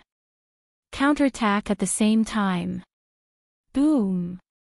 A ball of flames suddenly ignited. Elder Lian Ning's eyes narrowed. There was actually a spark hidden in Elder Ye's force. When the two parties' forces clashed, it immediately ignited. The fire crazily danced and lit up the surroundings like it was daytime. Elder Yi and the others finally saw the appearance of the two people standing in front of them. The elder's appearance was very unfamiliar, but the young lady behind him, who didn't manage to hide in time, who else could it be but Situ Xingchen? Emperor Zhaoan was shocked. It's actually you. Elder Yi didn't look shocked. Instead, he chuckled. I didn't guess wrongly. After thinking about it, the person most likely to do this is her. Rong Jin opened his mouth, but he couldn't say anything. Situ Xingchen really lied to me. Not only did she secretly follow me in, but she also brought another person with her. It's obvious that she had planned this long ago. Situ Xingchen's face was very ugly. Forget about the others, but this Yi Shiding is very difficult to deal with. It's impossible to lie to him. Both parties fell into an eerie silence, and the atmosphere was tense. At this point, the sound of something moving could be heard. Situ Xingchen instinctively turned around, and her eyelids harshly twitched. She saw that the previously unmoving exit that was tightly shut actually started to slowly move. A white light shone in from the outside. Situ Xingchen, shouldn't you give me an explanation? Hollered Emperor Zhaoan as he suppressed the anger in his heart. If he still didn't understand Situ Xingchen's intentions at this point, he didn't need to sit on the throne anymore. Situ Xingchen slowly clenched her fists in her sleeves, and she almost crushed her teeth from clenching them. When Golden Inheritance Peak was in chaos, Chu Luiyue and the other two had already silently left. Hearing Jian Fengqi's words, she paused in her footsteps. You're saying that wrong. Prince Li also came. Jian Fengqi's lips curved up into a sinister smile. Your fiancé is very worried about you. Once he heard that you left with Mu Qinghe, he immediately came to find you. He came even earlier than me. Why? Didn't you see him? Thoughts flashed across Chu Liuyue's mind, but he didn't show it on his face as he lightly smiled. Prince Li's body has always been weak, so it's normal for him to be slower, Jian Fengqi suddenly chuckled. Do you really think so? I think that his body is very healthy. Chu Liuyue's expression remained calm. Prince Li is my fiancé, so I naturally know how his body is. Jian Fengqi only smiled as he placed his hands behind his head, clearly not thinking much of it. For some reason, Chu Luiyue became anxious, but it wasn't because she was worried that Rong Xiu's abilities would be exposed. Jian Fengqi had always been very sensitive, so it wasn't surprising that he could sense that something was amiss with Rong Xiu. She was actually thinking about something else. According to Jian Fengqi, Rong Xiu had come to Golden Inheritance Peak before him, but she still hadn't seen Rong Xiu's figure. This was definitely not normal. She vaguely felt that something was wrong, but her mind was in a mess, and she couldn't figure it out no matter how hard she tried. After walking for a short while, a sound suddenly came from up ahead. The three of them looked up in unison. A horse carriage appeared before the three of them. Chu Luiyue immediately saw Umo sitting at the front of the carriage. That was the carriage of Prince Li's residence. Her heart suddenly rose to her throat as she stared at the curtain of the carriage. Umo saw her and immediately jumped down from the carriage in joy. Miss Lu Yu. You really are here. Chu Liuyue's eyes flickered as she asked. Where's His Highness? A fair and slender hand with distinct joints suddenly reached out from behind the curtain and gently lifted it. A noble, graceful, and incomparably enchanting face appeared before her eyes. He looked at her with a smile, his eyes clear and deep like the stars in the night sky, causing one to sink into them. This prince is here. Mobile users, please browse for a better reading experience from Love Network. Chapter 4:15. Chu Luiyue was stunned when she saw the face that suddenly appeared in front of her. Your Highness. Rong Xiu was really in the carriage. Rong Xiu sized her up without batting an eyelid. He frowned when he saw her messy and dirty appearance. Are you injured? Chu Luiyue shook her head. Don't worry, Your Highness. I'm not injured. The one who's injured is Vice Admiral Mu. Rong Xiu seemed to have just noticed the presence of the two men beside her. His gaze was calm as he nodded in acknowledgement.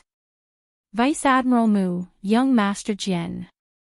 Mu Qinghe didn't react, but Jian Fengqi smiled meaningfully. Your Highness Princely, you didn't come very quickly. Rong Xiu coughed twice while holding his fist. It's late autumn now and the weather is cold. It's troublesome for me to travel. Jian Fengqi didn't care about this statement.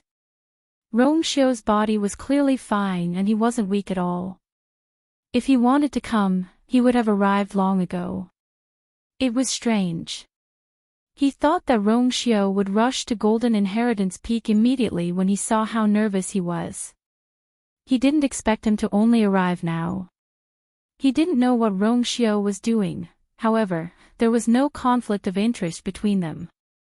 Moreover, Jian Fengqi was a little afraid of Rong Xiu, so he didn't say anything. Chu Luiyue walked towards Rong Xiu. When she passed by Umo, she glanced at him lightly. Your Highness hasn't recovered yet. Why didn't you give him a hand warmer? Although the voice was faint, it sent a chill down Umo's spine. This subordinate knows his mistake. His Highness had always claimed that he was sick. Every time he went out, he would be fully armed. However, he came out in a hurry today and forgot about this. Besides, in this weather, there was no need for a hand warmer, Umo thought to himself, but he didn't dare to show it on his face. He quickly stepped back respectfully.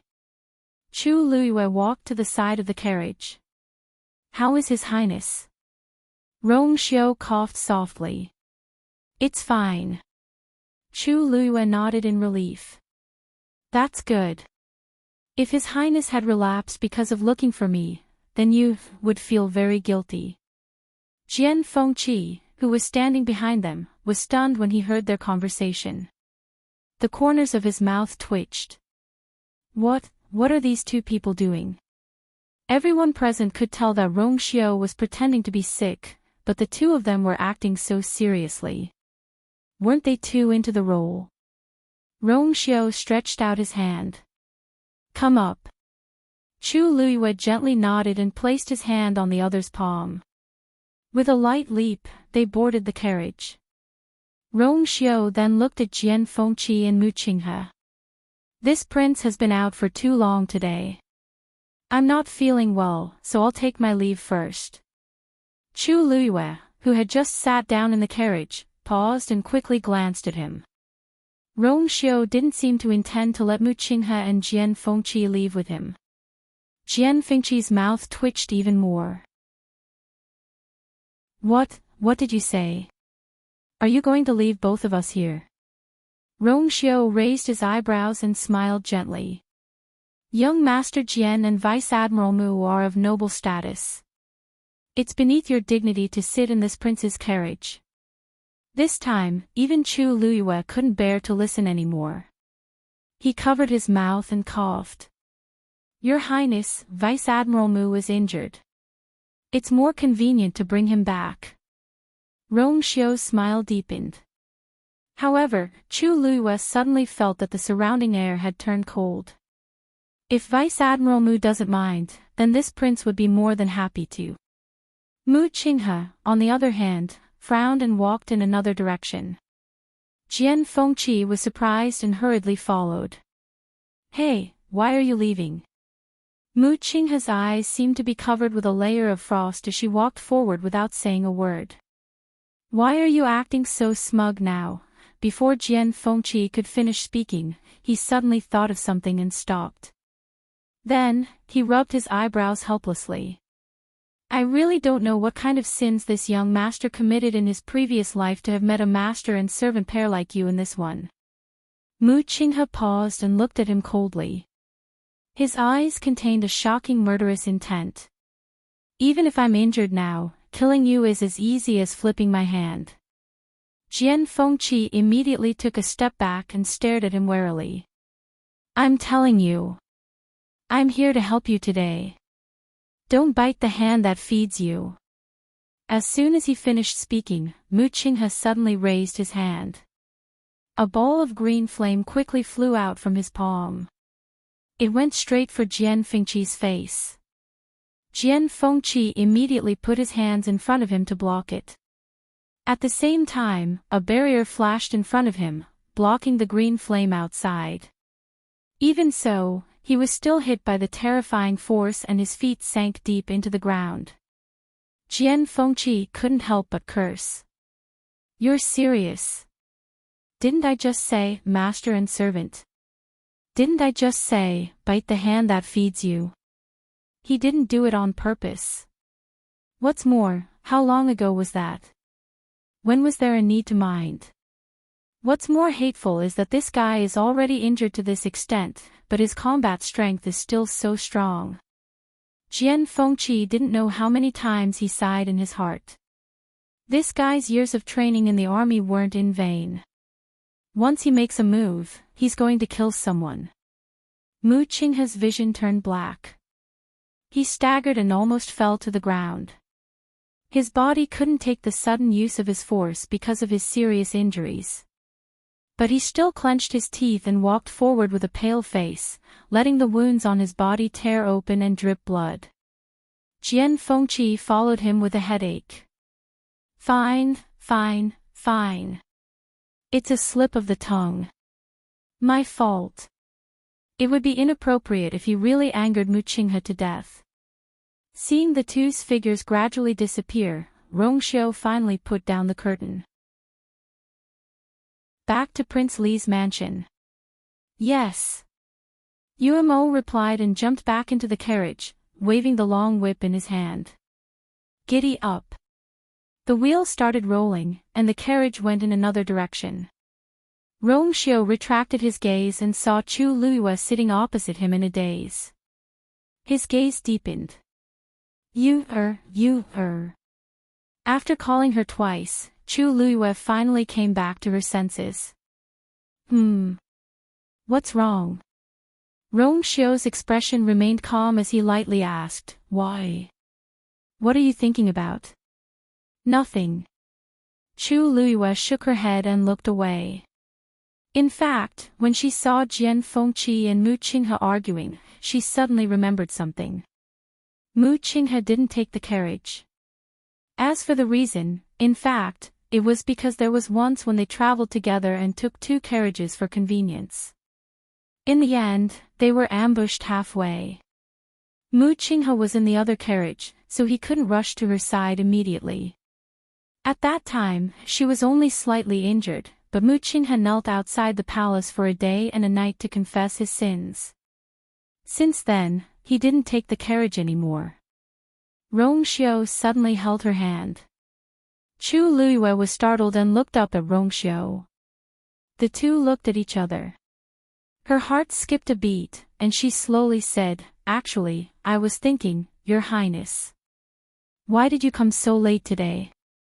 Mobile users, please browse for a better reading experience from Love Network. Chapter 4:16. With Rongxiu's capabilities, as long as he was willing, he could definitely reach here at the fastest speed without attracting anyone's attention. However, not only did he come so late, but he even sat in a horse carriage. This doesn't suit his style of doing things at all. Unless he has other motives for doing this. The biggest possibility is that he's trying to hide it. Chu Luiyue looked at Rongxiu, and her heart hung in midair. She vaguely had a vague guess in her heart. However, that was too ridiculous and too far-fetched, so she didn't even want to waste her energy to investigate further. But at this moment, Rongxiu, who was sitting in the horse carriage and had arrived late, everything seemed to be showing something. Rongxiu held her hand tightly.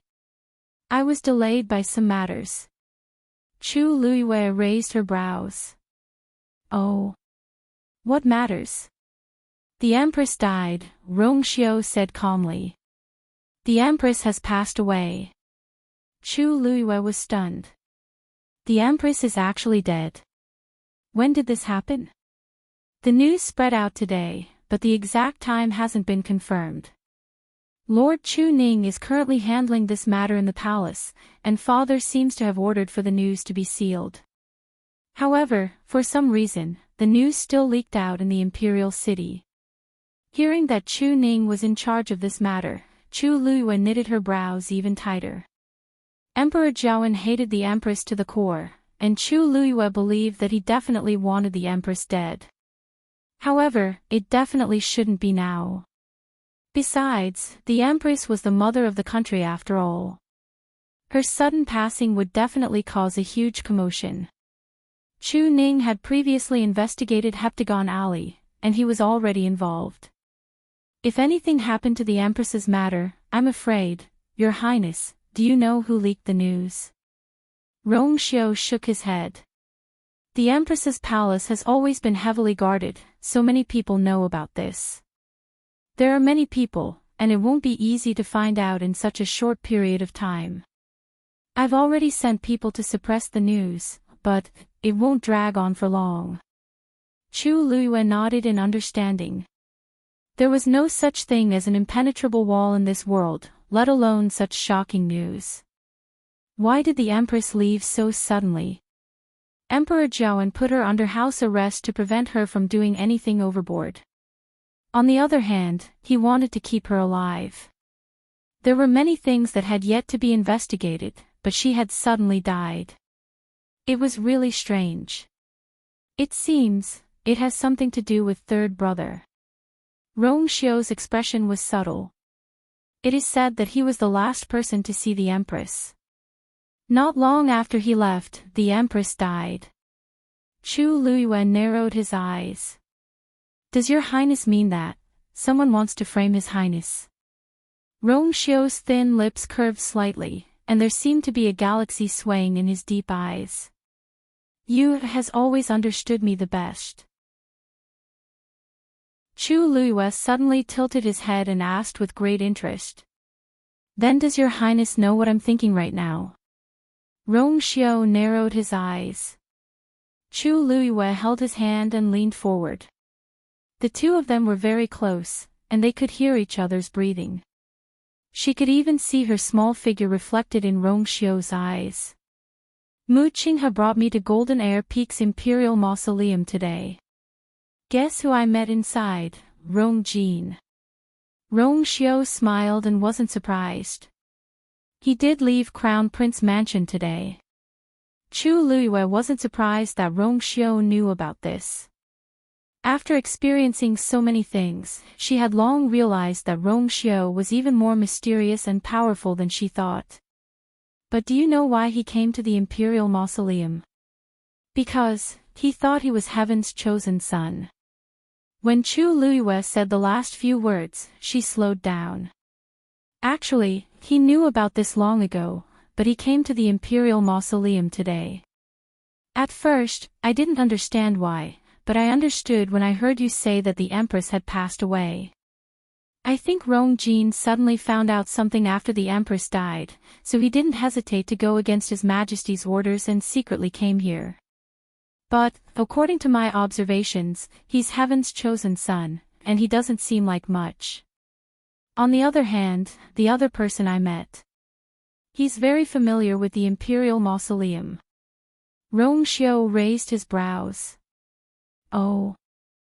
Chu Luiyue looked at him as if she wanted to see through the ripples in the deepest part of his eyes. That person is as capable as you. He's even comparable to Mu Qinghe. It's a pity. I didn't see what he looked like. Chu Luiyue said in a seemingly smiling manner. I don't know why, but that person doesn't seem willing to let me see his face. Your Highness, don't you think it's weird? Rong Xiao looked calm, and he was about to speak when a strong aura rapidly approached from outside. The horse suddenly whinnied and raised its front hooves. Umo immediately pulled the reins and forcefully stabilized it. The horse carriage shook violently and stopped. Chu Luiyue knitted her brows, and she was about to take a look when her body fell forward due to inertia. Rong Xiao grabbed her slender waist. The two of them switched positions. Bang! A grunt was heard. Chu Luiyue felt that she had bumped into something. When she opened her eyes, she realized that Rong Xiao had fallen down, and she was lying in his arms. There were only a few layers of clothes between the two of them. Chu Luiyue could hear his strong heartbeat and even, clearly feel his body temperature. She was about to speak when Rong Xiao's fingers suddenly landed on her lips. The moment they touched, the two of them were dazed. Actually, the two of them had slept on the same bed many times before, but for some reason, in this small and enclosed space, such proximity gave rise to an ambiguous feeling. Rong Xiao almost instinctively used his fingertips to gently rub against her lips. It was unbelievably soft. His gaze instantly darkened. Chu Luiyue's heart skipped a beat, and she quickly got up. Rong Xiao sighed softly in his heart, but he did not show it on his face. He propped himself up and lifted the curtain with one hand. Chu Luiyue's gaze turned and followed his line of sight. She saw a familiar figure standing not far from the horse carriage. Seeing that person's face, Chu Luiyue exclaimed. Second Master Yan. Why are you here? The person who came was actually Yan Gu. Seeing Rong Xiao beside Chu Luiyue, Yan Gu inexplicably shuddered. Why was there a murderous intent? The warm and eager smile on his face froze. Miss Lu Yu, that. Our first master said that he had something to do today and left first. The previous agreement still stands. When the time is right, he will naturally come and find you. Please don't worry. Chu Luiyue was stunned. Your first master has already left. Yan Gu nodded. Yes. I just sent the first master off and rushed over to see you. Chu Luiyue's brows furrowed slightly. Could it be that her previous guess was wrong? Rong Xiao leaned back, his tone languid. So you not only met an unexpected person in the Imperial Mausoleum, but also had an appointment with him? Digression, husband and wife drama. Mobile users, please browse and read. A better reading experience comes from Love Network. Chapter 4:17. Chu Luiyue turned to Yan Gu and said, Thank you, Second Master Yan. I'll definitely thank you personally when I see you in the future. Yan Gu chuckled. Then, if there's nothing else, I'll take my leave first. I won't disturb Prince Li and Miss Lu Yu. With that, he quickly left. Chu Luiyue blinked. Why did she feel that Yan Ji's footsteps were a little hurried, as if he couldn't wait to leave? Rong Xiao glanced at Umo indifferently. Umo immediately straightened his back and rode the horse forward again. Rong Xiao then put down the curtain and nonchalantly said, I'm sorry. So the person you met in the Imperial Mausoleum is the head of Jinbao Pavilion. Chu Luiyue retracted her gaze. Your Highness, do you know this person? Rong Xiao's lips curved slightly. Not really. I've only heard some rumors. Chu Luiyue looked at him meaningfully, but he looked indifferent. She couldn't tell anything from the beginning. Maybe, she was overthinking. This person has helped me several times. It was also because of his help today that I was able to get out successfully. But, how did your highness find this place? Rongxiu paused for a moment, but he quickly returned to normal. Xue Xue knows you're here. Chu Luiyue nodded in understanding. The five senses of a magical beast had always been very sharp. Xue Xue had always liked to be with her and was familiar with her scent. It was normal for her to find this place.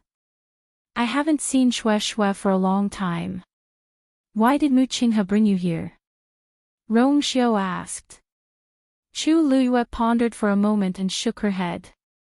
It seems like he's looking for something. In fact, she really didn't know what Mu Qinghe was planning to do. He was most likely going for the pyramid, but what exactly was that? What was the use of him coming here? The strangest thing was, why did he bring her along for such an important and secretive matter? Chu Luiyue only felt that there was a thick fog in front of him. Rongxiu said, "We've caused quite a commotion this time. Imperial Father will probably step up the search. The fewer people who know that you and Mu Qinghe have been here, the better." Chu Luiyue came back to his senses and nodded. After Emperor Jiawen and the rest walked out of the Imperial Mausoleum's passageway, Elder Yi immediately sent out a message. Zhong Qi and the others who had been waiting bitterly at the top of the mountain immediately rushed over when they saw the signal. When they saw the few people standing behind Emperor Jiawen and Elder Yi, Zhong Qi and the others were shocked. When did these people barge into Golden Inheritance Peak? He didn't know the other two people, but he would never mistake Crown Prince Rongjin for someone else. However, the Crown Prince, who had always been high-spirited, was now in a very sorry state. The young woman and the old man beside him didn't look any better. Mr. Yi asked. During this period of time, did anyone else come out of the Imperial Mausoleum other than us? Zhong Qi immediately bowed. I've sent more people to guard Golden Inheritance Peak, but I didn't see any traces of anyone. Emperor Jiawen's face was pale because of the poison, but it was also a little green because of his anger. From now on, keep a close watch. Once you find anything amiss, immediately report to me. He didn't believe that the two of them could really stay inside forever. Zhong Qi and the rest didn't dare to ask why Rongjin and the rest would appear here, so they could only agree. Elder Yi, who was at the side, turned around to take a look and waved the fan in his hands. The people inside have extraordinary means, so it's easy for them to leave this place silently. However, Emperor Jiawen is still angry, so there's no need to say this. Perhaps the person inside had already left. Who knows? Elder Yi smiled helplessly and shook his head. Even though I didn't see them, a strong warrior of that level. Country Yaochen really can't afford to offend them. I don't know how Situ Xingqin and the rest offended them, but the exit didn't close earlier or later. It just had to close when they were about to escape, trapping them inside. They clearly did it on purpose. His gaze swept across Situ Xingqin and the rest. It's going to be interesting this time. Almost overnight, the situation in the imperial capital had changed. First, the empress passed away. Then, Rongjin was disrespectful to the ancestors and was stripped of his position as the crown prince. These two things happened consecutively, and everyone was caught off guard. For a moment, all sorts of guesses were made. Some people said that the Empress and His Majesty had been very loving all these years, and her health had always been very good. It was really strange that she suddenly passed away. Rongjin had been the crown prince for so many years, and His Majesty had always thought highly of him. Even when he made a mistake and was scolded in public, His Majesty didn't strip him of his position as the crown prince. However, right after the Empress died, Rongjin was stripped of his position. How could people not be suspicious? Some people also said that the Empress was in charge of the harem and looked very harmonious, but quite a few concubines and princes had died in her hands. His Majesty couldn't take it anymore, so he finally killed her. Rongjin was implicated, and His Majesty hated him. In the end, he was scolded. However, the most ferocious rumor was that the third prince, Rongzhou, had something to do with the empress's death. As his birth mother, noble Lady Ying, was harmed by the empress back then, Rongzhou had long hated the empress and waited for an opportunity to kill her. As for Rongjin, in the past few months, he had been scolded by His Majesty and was even put under house arrest. His position as the crown prince only existed in name, and it was only a matter of time before he was stripped of his position. Even though the higher-ups strictly ordered everyone not to talk about this matter and used all sorts of methods to suppress these rumors, country Xing Luo's Emperor Xian Kong, Situ Yan's arrival made the entire matter even more confusing. In the darkness, there seemed to be an invisible hand that easily controlled everything and made the waves even more turbulent. Palace. In the palace, Situ Yan and Emperor Zhaoan were facing each other. Situ Yan's expression was cold. "I'll say it again. Hand over Xingqian and Lian Ning and cancel her marriage agreement with Rongjin. If not, country Xing Luo won't let this matter rest." Emperor Zhaoan seemed to have heard the funniest joke in the world. "Ha ha ha. Situ Yan, you really have the cheek to say this. You, and that precious daughter of yours, do you still need me to say what kind of good things you did in private? From start to end, you've always had ulterior motives. Now that the matter has been exposed, you still dare to openly come and ask for them. No wonder Situ Yan kept mentioning the marriage alliance since a long time ago. No wonder he doesn't care about the others and only values Rongjin. Previously, I naively thought that Situ Yan came for Rongjin's position as the crown prince. Now that I think about it, why would he, as country Xing Luo's emperor, want this? At that time, he was really blinded by lard. When Situ Yan received the news, he already knew that the matter had been completely exposed. Thus, he didn't care at all when he heard Emperor Zhaoan say this. "I came here just to bring Situ Xingqian away. To think that I painstakingly planned for so long, but I didn't expect Rongjin to be a fake heaven's chosen son. I don't even know who I'm supposed to vent my anger and resentment on. Does this mean that you're not willing to hand her over?" Emperor Zhaoan sneered. "Hand her over. The two of them are a match made in heaven. Of course, I have to fulfill their wish. Once the Empress's 1-month mourning period is over, I'll let them get married." Mobile users, please browse and read. A better reading experience comes from Love Network. Chapter 4:18. Situ Yan widened his eyes in shock. "Rong Shao. Are you crazy? The Empress is the mother of the country, and they have to hold a national funeral after she passes away. As her son, Rongjin should be filial for 3 years. Even if there's an emergency, it should be at least a year. A month? Isn't that equivalent to holding a wedding while stepping on the Empress's coffin? Do you still want your face? Do you still want your reputation? If you really do this, not only will Rongjin and Situ Xingqian be labeled as traitors, but even the entire country Yao Chen's royal family's reputation will be affected. Even if you don't want your face, I still want it."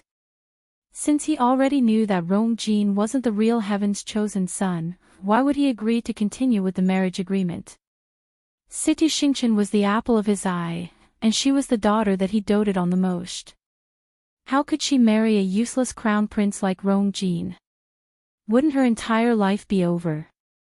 Seeing Situ Yan's exasperated look, Emperor Zhaoan felt good. This old thing kept scheming, but he shot himself in the foot in the end. "I have to get back at him no matter what. You were the one who suggested this marriage.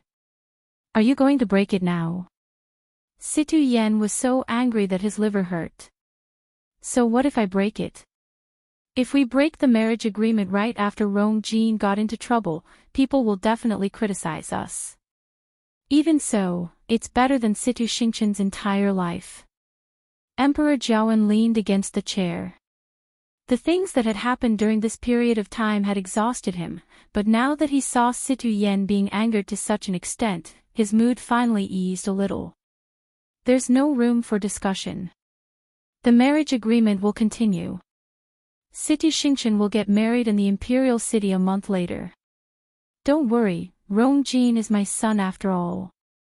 I'll definitely let my subordinates handle this wedding grandly. Situ Yan's vision turned black, and he almost fainted. Rong Xiao. You. He had made up his mind to keep Situ Xingchen here until the wedding with Rongjin was over. Rong Xiao, don't go overboard. Don't think that Xing Luo is afraid of you. Situ Yan took a deep breath to calm himself down. With a gloomy expression, he said, Elder Zhongyi is still in the Star Luo Empire. If he finds out that you did this, who are you threatening? Mockery appeared on Emperor Zhouen's face. Elder Zhongyi is very powerful, but do you think that it'll be enough just because he's here? Don't forget, Elder Zhongyi represents Minghua Tianshan. Situ Yan's eyes were red. If you can invite the people from Minghua Tianshan, can't we? Situ Yan was stunned. Only then did he remember that Rong Xiao had also stayed at Minghua Tianshan for many years. Even though outsiders thought that Rong Xiao was just a sickly person, he had heard Situ Xingchen mention before that Rong Xiao wasn't like what the rumors said. The most important thing was that Rong Xiao had stayed in Minghua Tianshan for so long. If he was willing, he would naturally be able to get a backer. He might even be more powerful than Elder Zhongyi. Using this as a threat was completely ineffective. The veins on Situ Yan's forehead popped up. He had never been humiliated like this before. Rong Xiao, do you really want the two countries to go to war? Said Situ Yan in a low voice. Emperor Zhaoen looked up, crossed his arms in front of him, and smiled. Situ Yan, do you dare? Your Highness, here's your tea. Come in. Creak. The door was pushed open, and a page boy in gray walked in with a cup of tea. He then carefully placed the tea at the side. Rong Jiao was wiping his knife. He was very focused, and he was very serious about every step. This knife was actually just a normal knife, but he had always treasured it. This was because he used this knife when he killed someone on the battlefield for the first time. That was the first time he personally chopped off someone's head. When the knife landed, it could instantly take the other party's life. The sticky and fishy blood splattered all over his face. Many people would have different reactions after killing someone for the first time. Some would vomit, and some would have nightmares. But he didn't. On the contrary, he only felt satisfied. So many years had passed, but this knife was still bright and sharp. Your Highness, this tea won't taste good when it's cold.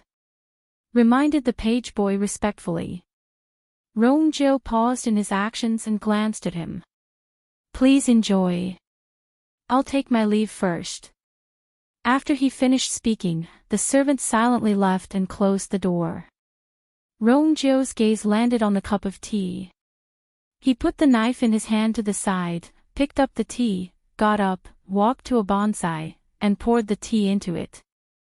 Then, he felt for the bottom of the teacup and gently clicked it. Kacha! An extremely thin layer popped open, and a piece of paper fell out. It turned out that there was an extremely small mechanism hidden at the bottom of the teacup. Even though the piece of paper was very small, the words on it were very clear. Everything is ready. Rong Jiao made up his mind. He moved his fingers, and the piece of paper was crushed into powder. He gently raised it, and it disappeared with the wind. Chu Ning was so busy these few days that he didn't even go home. Chu Luiyue also didn't return to the academy and stayed at home alone. After the news of the Empress's death and the Crown Prince's dethronement spread, she vaguely had a premonition. Situ Yan's arrival also confirmed her guess. Emperor Zhaoen already knew that Rongjin and Situ Xingchen secretly followed him into the imperial mausoleum that day. This matter was the last straw that broke the camel's back, and it finally made Emperor Zhou decide to take action. The Xi family seemed to be implicated as well. Quite a few people were removed from their positions, and some were even sent to jail. Anyone with eyes could tell that this definitely had something to do with the Empress. The Xi family didn't resist at all as they silently accepted everything and kept a low profile. Their position as the leader of the four major families was on the verge of collapse. However, this wasn't what Chu Luiyue was most concerned about. She just felt that something was very strange. Since Emperor Zhou knew that Rong Jin and Situ Xingchen went to the imperial mausoleum that day, he would definitely follow this clue and find something. The Empress's death was most likely related to Situ Xingchen. But until now, there wasn't any news. On the other hand, the third prince, Rong Zhou, was splashed with dirty water for no reason, and the rumors became more and more intense. Almost everyone believed that he was the one who was most deeply involved in this matter. Emperor Zhou wasn't dumb. If he really wanted to investigate, he could definitely find something. But now, he was actually allowing this matter to develop. I heard that Rong Zhou is also under house arrest. Chu Luiyue felt that something was amiss no matter how she thought about it. Also, that pyramid. Even though it's on me, I still don't know what it is. No matter how she thought about it, she didn't have a clue. In the end, Chu Luiyue decided to make a trip to Heptagon Alley personally. The Empress must know something. Now that she's already dead, Situ Xingchen and Rong Jin can't ask her, so I might as well check it out myself. But when she reached Heptagon Alley, she saw a floor full of corpses. Those were the imperial guards guarding this place. Chu Luiyue's heart sank as she immediately pushed open the door and entered. The blood-colored bronze cauldron that was previously placed in the middle of the yard had actually disappeared. Digression, I'm going out in the afternoon, so I'll update later for the rest of the day. Let's all watch it together at night. Mobile users, please browse and read. Chapter 419. The corpse that she saw previously was still hanging in midair, but there was nothing below it. There were traces of a fight in the yard and a few Imperial Guards' corpses. The barrier around Heptagon Alley had also been broken. It was obvious that someone had forcefully broken in. Chu Luiyue immediately searched the yard, but she didn't find any useful clues. The only thing she could be sure of was that these people had died less than a day ago.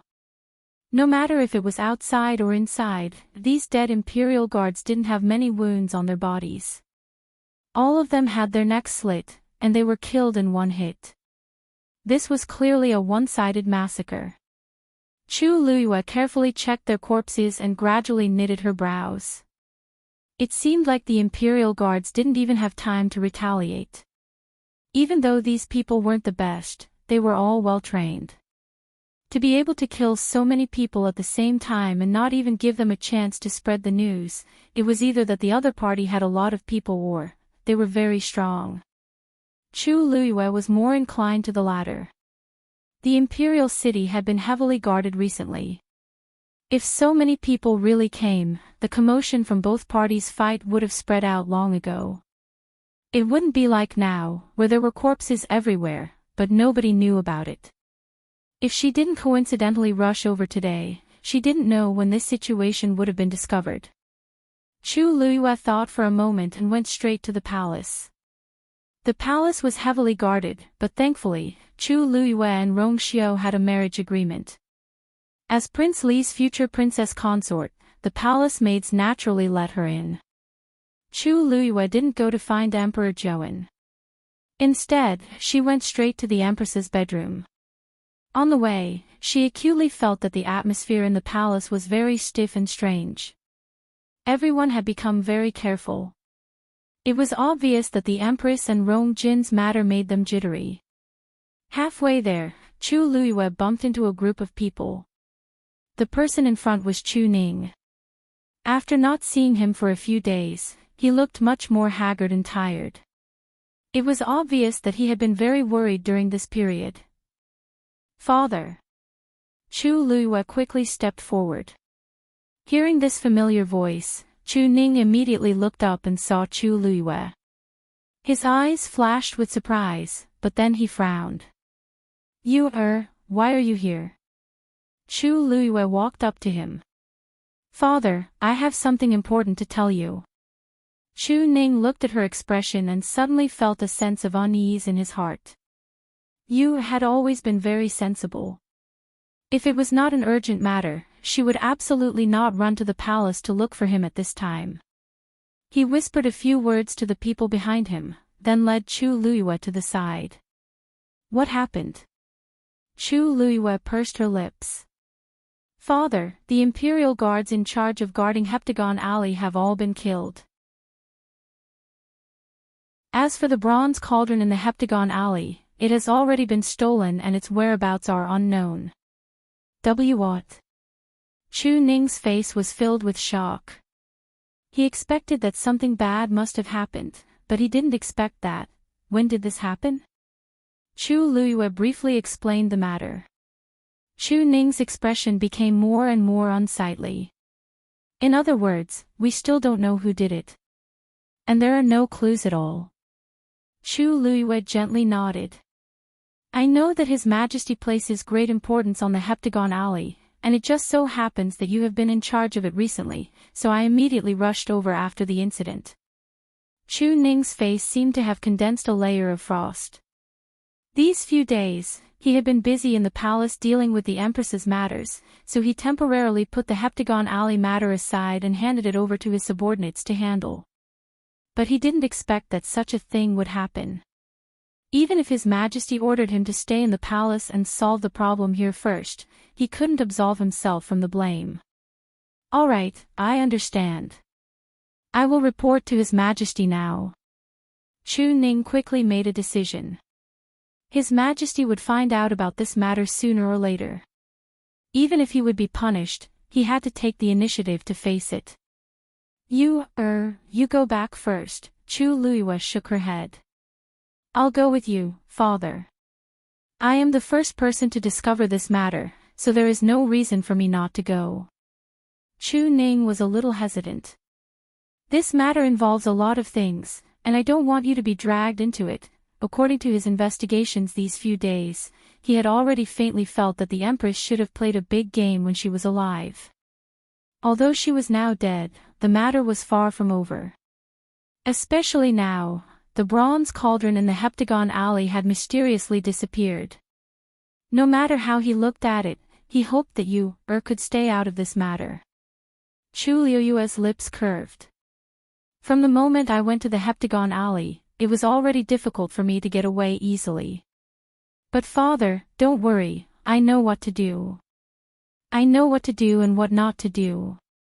Chu Ning looked at her with a deep gaze. How could he not know that this was actually her excuse? The real reason was, if she could appear, to a large extent, His Majesty's punishment would be reduced to a large extent. Chu Ning felt a wave of warmth and finally nodded. All right. Come with me to see His Majesty. Chu Luiyue walked beside Chu Ning, and the imperial guards behind them were very perceptive and kept a distance from the two of them. Originally, Chu Luiyue wanted to ask about the Empress's situation, but after thinking about it, he suppressed the words. After walking for about 15 minutes, the group finally arrived at Zhaoyang Hall. The strange thing was that it was currently daytime, but the door of Zhaoyang Hall was tightly shut. The number of imperial guards outside the hall was also twice as compared to usual, and they looked like they were ready to fight. Chu Ning stopped in his tracks. Eunuch Min, who was guarding outside the hall, saw Chu Ning and knew that he had come to report to His Majesty. But then, he saw Chu Luiyue standing beside Chu Ning. Eunuch Min's heart skipped a beat. Why is she here at this time? He hurriedly walked over with small steps. Lord Chu Ning, His Majesty is dealing with important matters at this time, please wait a moment. After that, he looked at Chu Luiyue. Miss Lu Luyue, why are you here today? Chu Luyue concisely said, My Majesty has something to tell His Majesty. I have something important to report to His Majesty with my father. Eunuch Min, you don't have to worry. We'll just wait here. Eunuch Min was a shrewd person. When he saw Chu Luyue and Chu Ning's expressions, he felt that something was amiss. Hence, he didn't ask in detail and left after saying a few words. But the moment he walked back, the door was suddenly opened from the inside. Bang!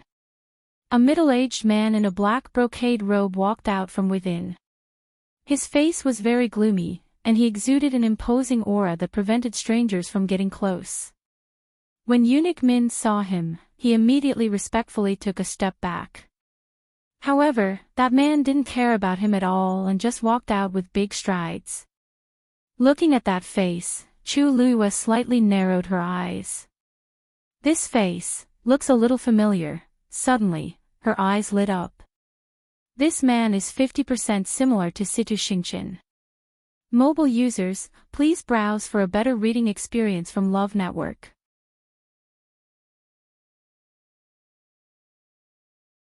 Chapter 420. This person must be country Xing Luo Xiankong Emperor, Situ Yen. It seems like he didn't have a good conversation with Emperor Zhouan, and he's probably at a disadvantage. If not, he definitely wouldn't show such an expression in front of so many people. He's an emperor, after all. If he didn't encounter something unbearable, he wouldn't have such a reaction. Chu Luyue was a little curious. I don't know what Emperor Zhouan said or did to make Situ Yen so angry. Situ Yen walked past them. Suddenly, Situ Yen paused in his footsteps and turned to look at Chu Luyue. You're Chu Luyue. Chu Luyue's eyes sparkled. That's weird. This person actually knows me. She lowered her head and curtsied. Situ Yan's gaze was like a sharp knife that scraped across Chu Luyue's body. Chu Luyue's heart skipped a beat. It seems like Situ Yan doesn't have a good impression of me. Chu Ning stepped forward and silently blocked in front of Chu Luyue, blocking Situ Yan's vision. Situ Yan grunted and turned to leave. When his figure gradually disappeared, Chu Ning turned around and asked worriedly, Chu Luyue. You, when did you offend this person? Chu Luyue chuckled and shrugged. It's my first time seeing him today. How could I have the chance to offend him? But I did offend his precious daughter. Situ Xingqian. Chu Ning nodded in understanding. Chu Luyue looked at his relieved expression and asked curiously, Aren't you worried? What's there to worry about? What's there to worry about? Chu Ning snorted. How can his daughter be compared to my He vaguely knew that Situ Xingqian seemed to be interested in Rong Xiu, but Rong Xiu married Wasn't it obvious why Situ Xingqian treated his that way? In Chu Ning's eyes, all the women in the world added together weren't as good as his precious Other things aside, Rong Xiu had excellent foresight. Chu Luyue was speechless. Why did she hear a trace of pride in his words? Chu Ning is here. Let him in. Emperor Zhouan's voice came from Zhaoyang Palace. Eunuch Min hurriedly said, Your Majesty, Miss Lu Yu is also here. She said that she has something important to report. There was a moment of silence. Then let her come in with us. Chu Ning and Chu Luyue looked at each other, their expressions turning solemn as they entered Zhaoyang Hall one after another. Upon entering the palace, Chu Luyue immediately saw Emperor Zhouan, who was sitting at the head of the table. The expression on his face seemed to be better than a few days ago. It was obvious that he had vented his anger at Situ Yen. Lu Yu, you don't come to the palace often. What brings you here today? His tone was relaxed, and it was obvious that he didn't care much about Chu Luyue's arrival. Chu Luyue and Chu Ning exchanged glances before they stepped forward. Your Majesty, Lu Yu came here today because of Heptagon Ali. Upon hearing the words Heptagon Alley, Emperor Zhaoen's expression froze, and he unwittingly sat up straight as he stared at Chu Luiyue. What did you say? Chu Luiyue paused for a moment before she told him everything. However, she changed her reason for going to Heptagon Alley to that she happened to pass by there. She didn't want Emperor Zhaoen to know that she was secretly investigating this matter. Emperor Zhaoen was stunned when he heard the first sentence. He spent a lot of effort to suppress his urge to flip the table and stand up, but the veins on his hands, which were grabbing onto the chair, were popping up. His face was green and white, and it was very interesting. Chu Luiyue had long expected his reaction, so she pretended that she didn't notice it and calmly told him what happened. As this is a serious matter, Liu didn't dare to act on his own, so he immediately rushed over. Chu Ning immediately knelt down and asked for forgiveness. It's all my fault for causing this situation. Please punish me, Your Majesty. Emperor Zhaoen slowly held his forehead and didn't say anything for a long time. Chu Ning and Chu Luiyue waited quietly. Actually, Emperor Zhaoen's emotions were very complicated at this point, and his mind was in a mess. He originally thought that the truth of this matter would gradually be revealed after the Empress died and Rong Jin was removed from his position. But now, something like this actually happened. His first reaction was to suspect Situ Xingqian. After all, he had basically confirmed that Situ Xingqian secretly met the Empress and learned quite a lot from her. She even obtained the key that the Empress secretly engraved when she was alive, which allowed Rong Jin to successfully enter Golden Inheritance Peak. She was very ambitious, so it wasn't strange for her to do such a thing. But the key point was that Situ Xingqian was currently trapped somewhere. This clearly meant that she didn't steal the bronze cauldron. As for Situ Yen, it didn't seem very likely either. This time, as the matter was urgent, Situ Yen rushed over at the fastest speed and only brought a few personal guards with him. The other party is very strong, and they clearly came prepared. This matter can't be entirely blamed on you. Emperor Zhaoen suppressed the ripples in his heart with much difficulty as he slowly spoke. Immediately bring someone to Heptagon Alley and check if you can find any clues. Once you're done, report to me immediately. Yes. As for Lu Yu, since you're the first to see it, I'm afraid I'll have to trouble you to make this trip as well. Chu Luiyue said, Your Majesty, don't worry. Don't worry, Your Majesty. I'll do my best. Emperor Zhaoen nodded and suddenly asked, Oh, right. This won't take up too much of your time and energy, right? On Vice Admiral Mu's side, you have to prioritize him for everything, okay? Chu Luiyue agreed, but he chuckled in his heart. Even if we're already in a mess, we still don't dare to easily offend Mu Qinghe. If Emperor Zhaoen knew that the two people who entered the Imperial Mausoleum were actually me and Mu Qinghe, I wonder what his expression would be. I'm a little tired. You guys can leave first. Emperor Zhaoen waved his hands, and Chu Ning brought Chu Luiyue out. After walking out of Zhaoyang Palace, Chu Luiyue suddenly asked, Why? Father, can I go to the Empress's bedroom to take a look? Chu Ning was taken aback. Why are you going there? Chu Luiyue pondered for a moment and smiled. I might be able to help you find some useful clues. However, Chu Ning shook his head solemnly. The Empress's funeral is tomorrow. It's not appropriate for you to go now. He still wanted to cleanly separate Chu Luiyue from this matter. Seeing his determined attitude, Chu Luiyue didn't continue and changed the topic. The group of people left the palace together and went straight to Heptagon Alley. Princely Mansion. Master, a portion of the Northwest Army has already gone to the Imperial City, said Umo softly said. They'll reach here in at most 3 days. Look. Rong Xiao looked nonchalant as he flipped a page of his book. How many people are coming? Not many, just 5,000. However, almost all of them are the Northwest Army's elites, and they've killed their way out of the battlefield. They can fight against 10 people each. Even though there are more Imperial guards in the Imperial City, the outcome is still uncertain if the two sides really fight. Besides, there are reinforcements behind. Rong Xiu's lips curved up slightly. Rong Xiu won't fight an unprepared battle. Besides, I want him to win. Mobile users, please browse and read. A better reading experience comes from Love Network. Chapter 421. Mu Qinghe and Jian Fengqi also returned to the imperial capital together without attracting anyone's attention. As soon as he returned, Mu Qinghe shrank himself in the room. Jian Fengqi originally wanted to take a look at his injuries, but he was refused entry. His temper was not good to begin with, and seeing Jian Fengqi like this, his patience was exhausted. He was too lazy to care and went to do his own things. Mu Qinghe stayed in the room and simply treated his wounds alone.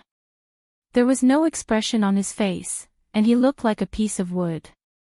However, in his mind, everything that happened in the Imperial Mausoleum was constantly replaying. Especially, that illusion. Even if he knew that everything was just an illusion, every time he thought about it, his heart would still stir. Especially when he was alone and quiet, all kinds of images seemed to flash before his eyes, and his ears were filled with noise.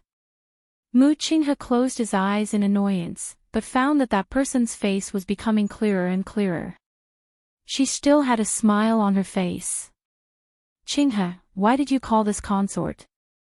Her voice was clear and gentle, and every word entered his ears.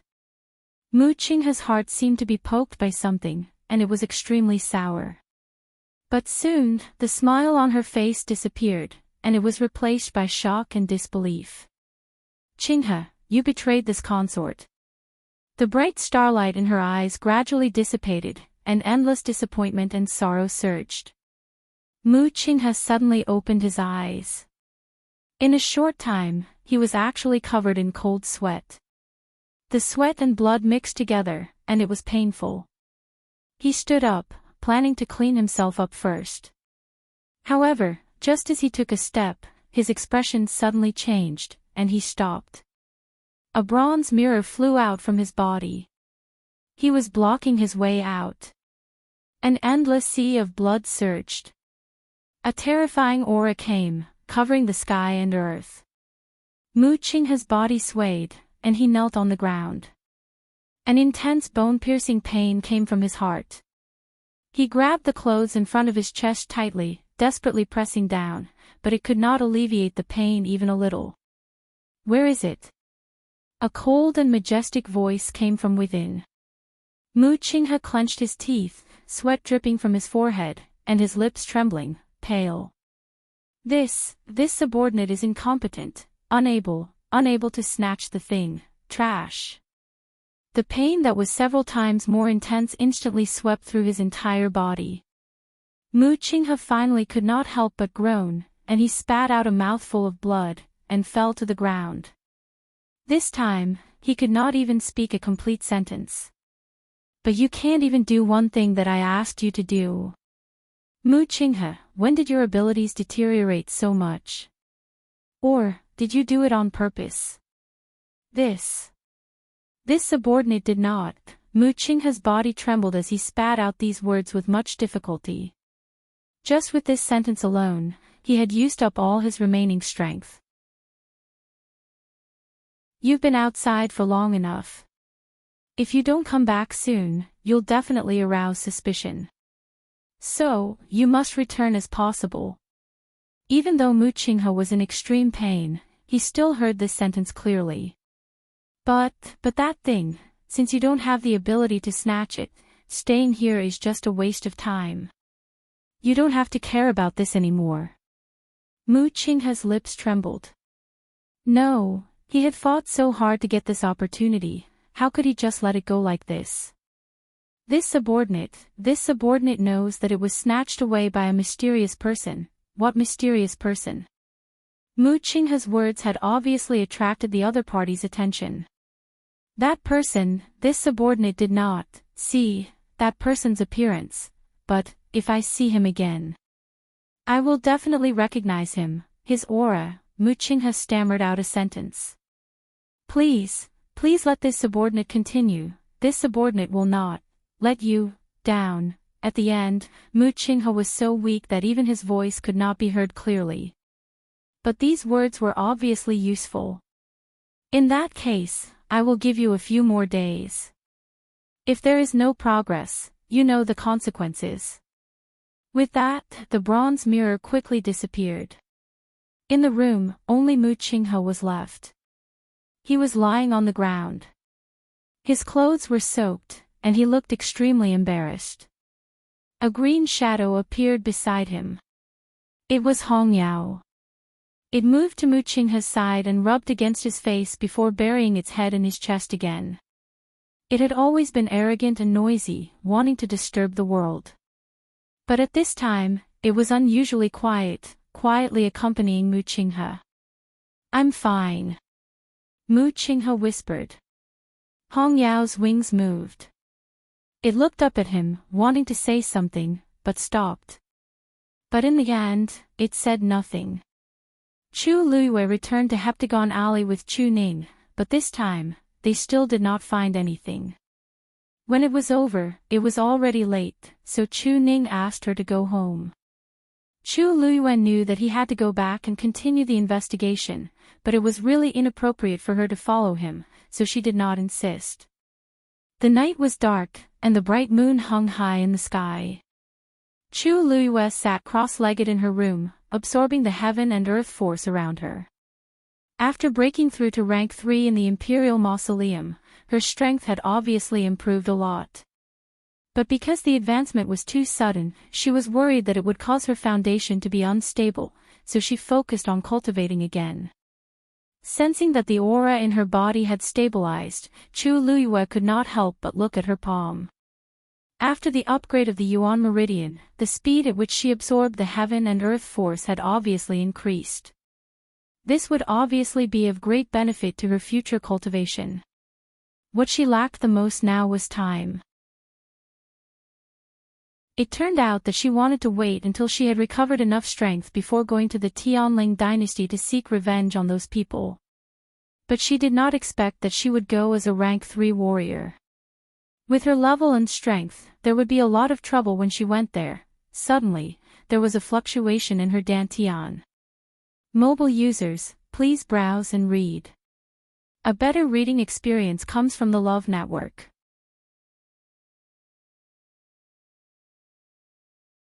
Chapter 422. Chu Luiyue was stunned. Only then did she realize that the fluctuation was actually emitted from the Black Pyramid. A vast and warm power instantly spread towards Chu Luiyue's limbs and bones. Chu Luiyue was shocked. For some reason, the aura contained in this power was very familiar. Chu Luiyue held her breath and focused her mind. She realized that the seal was not broken. After that, she carefully sensed it and finally confirmed that this power did not come from the pyramid, but from the black seal that covered the pyramid. Chu Luiyue was stunned. She had only seen seals that were used to confine power, but she had never seen one that emitted power. Moreover, this power was pure and rich. It was almost rare in the world. Even if she had the Tianjing Yuan Meridian in her previous life, she might not be able to refine such pure and warm power. But now, this power was gradually seeping into her body. Chu Luiyue was stunned for a while before she finally regained her senses. The seal on the pyramid was actually helping her to nourish her body and improve her cultivation. After thinking this through, even Chu Luiyue was filled with shock. What was going on? Didn't the first master forcibly leave this seal on the pyramid because he didn't want her to touch it? But now, what about the power that was overflowing from it? Suddenly, a figure flashed across her mind. It was the back of a man in a black brocade robe. Although it was blurry, it was still tall, slender, and straight. Chu Liuyue's heart suddenly skipped a beat. She had seen this man's back before. It was clearly the man who had stood in the octagonal pavilion on the cliff in the imperial mausoleum in the illusion. But this time, he was not standing there. Instead, it seemed like he was standing beside a lake. The scene flashed so quickly that Chu Liyue did not have time to see it clearly before it disappeared. Chu Liyue seriously tried to recall it, but she was disappointed to find that she could not remember anything. However, that sense of familiarity was becoming stronger and stronger. Chu Liyue opened his eyes, his heart beating wildly. She finally couldn't hold it in any longer. She stood up, walked to the window, and pushed it open in frustration. The night breeze blew, instantly waking her up. Now, she was more and more suspicious that it was not an illusion at all. Otherwise, she definitely wouldn't have such a subtle feeling. Could it be that the man in the black robe was the owner of the precious treasure pavilion?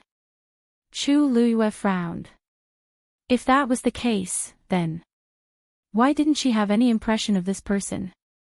She tucked her hair behind her ears, and a trace of seriousness appeared between her brows. Something doesn't seem right, whoosh. Suddenly, a strange voice came from afar. Chu Liyue immediately looked up. In the darkness of the night, a black figure appeared in the courtyard. The moonlight elongated that person's shadow, but Chu Liyue couldn't see that person's appearance under the heavy shadows. Then, a terrifying aura enveloped the entire courtyard. Chu Liyue was instantly on guard. Her muscles tensed up. This person was extremely dangerous. The surrounding space seemed to be frozen, and all sound was annihilated. The silence was chilling. Suddenly, that person stretched out his hand and beckoned with his index finger. Chu Liyue's heart skipped a beat. It was a severely burned hand. Even though only half of the palm was exposed, Chu Liyue could clearly see the shocking scars on it under the moonlight. In the next moment, that person's figure instantly rose into the air and flew into the distance. Did he want her to follow? Chu Liyue's hand slowly clenched into a fist. She wasn't sure if this was some kind of invitation or provocation.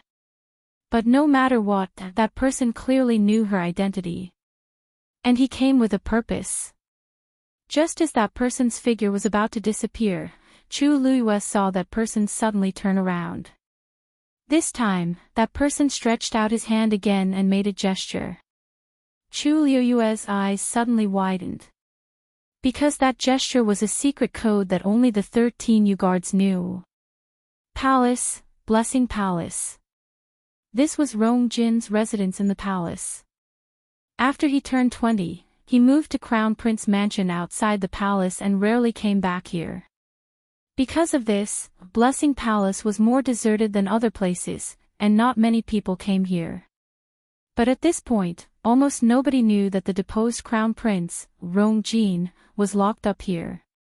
Situ Xingchen was also locked up here with him. It was already night time, and Blessing Palace was pitch black. It looked as deserted as usual. However, there were a few hidden auras in the dark, indicating that this place wasn't as peaceful as it looked on the surface. A figure quietly entered the hall. He entered the side hall, walked to the front of the bookshelf, and raised his hand to turn an inkstone on the shelf. Caw! The sound of gears moving could be heard. Under the bookshelf, the smooth and heavy jade board slowly moved aside. A narrow entrance appeared in front of them. With the moonlight, they could vaguely see that there was a staircase inside. That person walked down without hesitation. After his figure disappeared, the jade board closed again. The entire room was silent as if nothing had happened. Chu Liyue's heart was in turmoil. The 13 Yu guards were her personal guards, and she personally created them back then. Every single one of the 13 guards was personally selected and trained by her.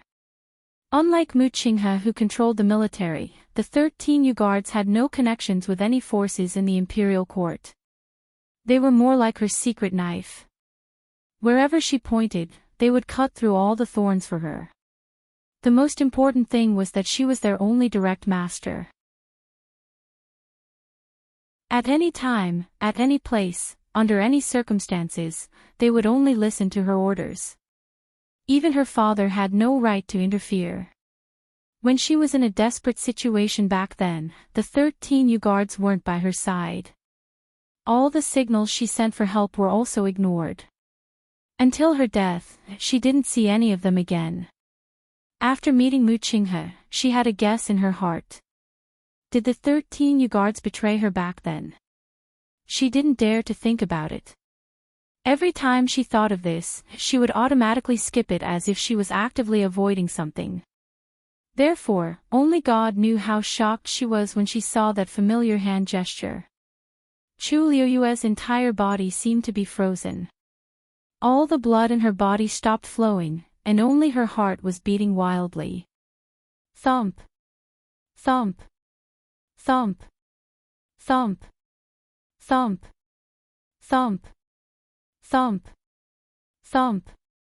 Countless guesses flashed through her mind at lightning speed. However, just as she opened her mouth and was about to ask that person suddenly turned and left. Chu Liyue gritted her teeth and jumped out of the window. She followed that person. Mobile users, please browse for a better reading experience from Love Network.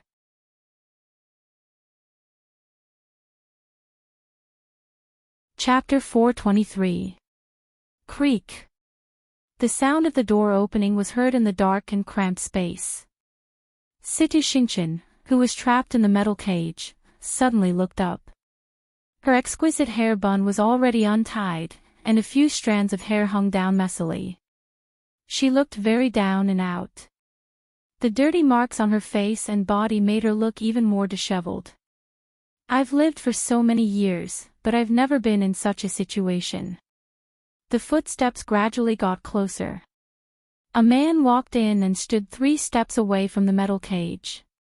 In the entire space, only the 2 candles on the mottled walls were shining weakly. Situ Xingchen couldn't see the person's face clearly, but she immediately recognized him when she saw his figure. It's Emperor Zhouwen. She almost immediately stood up, rushed over, grabbed the metal bars, and harshly shook them. Let me out. Let me out. My father is already here, right? Emperor Zhouwen took a step back and reached out to fan his nose.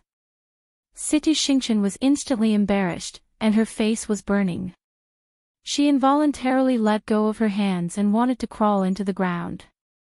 After being locked in here, she had to settle all her daily needs in this small space, and she couldn't even leave the cage. One could imagine what kind of person she was now.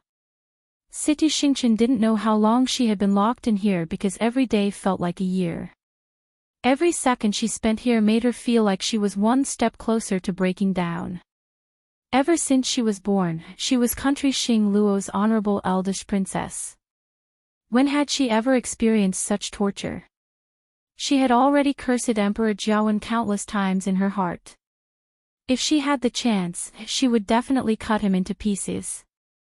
But at this point, she was still on the other party's chopping board, so she naturally didn't dare to be too presumptuous. Emperor Zhouwen sneered. He's here, but he should be on his way back now, right? Situ Xingchen's expression instantly froze. It was as if a bucket of cold water had been poured over her head, extinguishing all her hopes and desires. Impossible. My father definitely won't leave me alone. You're lying to me. Situ Xingchen screamed in disbelief. Father has always doted on me the most. How can he leave just like that? Don't worry. He's only going back to prepare for your wedding with Rong Jin. You're his most beloved daughter, so of course he wouldn't abandon you. Oh, right, the date is set to be half a month later, said Emperor Zhouwen slowly. After the Empress' funeral, we will hold your wedding. Originally, it was set to be a month later, but your imperial father seemed to be in a hurry, so he brought it forward by half a month. Situ Xingchen was completely stunned. What? My wedding with Rong Jin. She had already told her father that Rong Jin was a fake heaven's chosen son. On the one hand, father came to cancel her marriage agreement with Rong Jin, and on the other hand, he wanted to take her away from here. But now, what was going on? Time was tight, so it was inevitable that some things were overlooked. But thankfully, Rong Jin was no longer the crown prince, so many complicated and long formalities could be skipped. Emperor Zhaoan sounded relaxed as if he were really happy for them. City Xingchen was so angry that her entire body trembled. He did it on purpose. Emperor Zhaoan clearly did it on purpose. He wanted to use this opportunity to thoroughly humiliate them. You. At this stage, City Xingchen finally tore off her last layer of disguise. Her sharp voice reverberated in the dark space, and it sounded more like a female ghost's shrill scream. She stared at Emperor Zhaoan with all her might, wanting to find some clues from his blurry face. But, nothing. Emperor Zhaoan didn't look like he was lying. City Xingchen's heart finally sank. She knew that Emperor Zhaoan was forcing her. The moonlight was bright, and the night breeze was gentle. The imperial city at night seemed to have fallen into a deep slumber as it was silent. Chu Luiyue followed that mysterious person all the way. Very quickly, she discovered that the person was heading in the direction of the palace. Her heart skipped a beat, and she instantly hesitated. It wasn't that she hadn't been to the palace before, so she clearly knew that the entire palace was actually a gigantic Xian formation. Outside the imperial palace, there was an invisible barrier. With her current strength, it would be too difficult for her to sneak in without anyone noticing. But the person in front didn't seem to care about all this as he continued to move forward quickly. Chu Luiyue took a deep breath in and still followed him. No matter what, I must get to the bottom of this matter today. After around 15 minutes, the two of them finally arrived outside the palace's walls. This place was rather secluded, and other than the patrolling imperial guards, there weren't many people guarding it. But Chu Luiyue could clearly feel the barrier's suppression when she stood below the wall. She looked up at that mysterious person. That person stretched out his hand, and a ray of starlight flashed across his fingertips. A neat cut instantly appeared on the barrier. Also, it didn't cause any commotion. Chu Luiyue's eyelids harshly twitched. This move. I've seen it before. It had helped me a lot before, but I didn't expect that today. Schwa. The barrier opened, and that person had already jumped over the wall. He had entered the palace. Chu Luiyue could only see the corner of a black shirt flashing across the wall. She took a few steps back and quickly rushed forward. She stepped on the wall. Then, her body was parallel to the ground, and she directly rushed up the wall. She easily flipped her body, bent her legs slightly, and landed on the ground. She looked up and saw that the person had continued to move forward. Chu Luiyue pursed her lips. This person wasn't worried that she wouldn't be able to keep up. But she didn't have time to think too much and quickly chased after him. The two of them were like night cats, completely hidden in the thick darkness of the night. But soon, Chu Luiyue was shocked to find that this person seemed to be very familiar with the layout of the palace. Under that person's lead, they easily avoided all the patrolling and guarding palace guards. They drove straight in. Chu Luiyue was even more puzzled. Why was this person so familiar with the palace, as if he had been here countless times? Especially towards the end, they went further and further away, but that person's speed was consistent from beginning to end. Every step he took was without any hesitation. After about the time it took to drink a cup of tea, that person finally stopped. Chu Luiyue stood still, hiding in the shadows, and looked forward. When she saw the words, "Blessing Palace," on the signboard, her brows furrowed slightly. Why did he come to this place? It didn't seem like, suddenly. Chu Liuyue's gaze focused. No. There were a few obscure auras around the Blessing Palace. There was someone inside.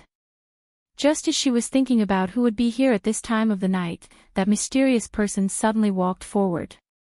Mobile users, please browse for a better reading experience from Love Network.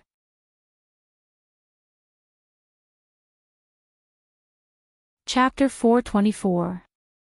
Chu Liyue originally thought that the person was going to directly go over, but he saw something fall from the person's hands when he walked over the next moment. Under the illumination of the moonlight, that thing reflected a faint light. A faint fragrance wafted out. Chu Liyue was stunned. This is phosphor powder.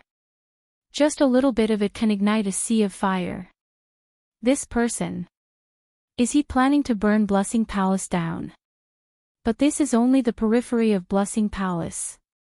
Even if he sprinkles the phosphor powder here, it won't immediately burn inside. What is he doing this for? Suddenly, Blessing Palace's side door opened.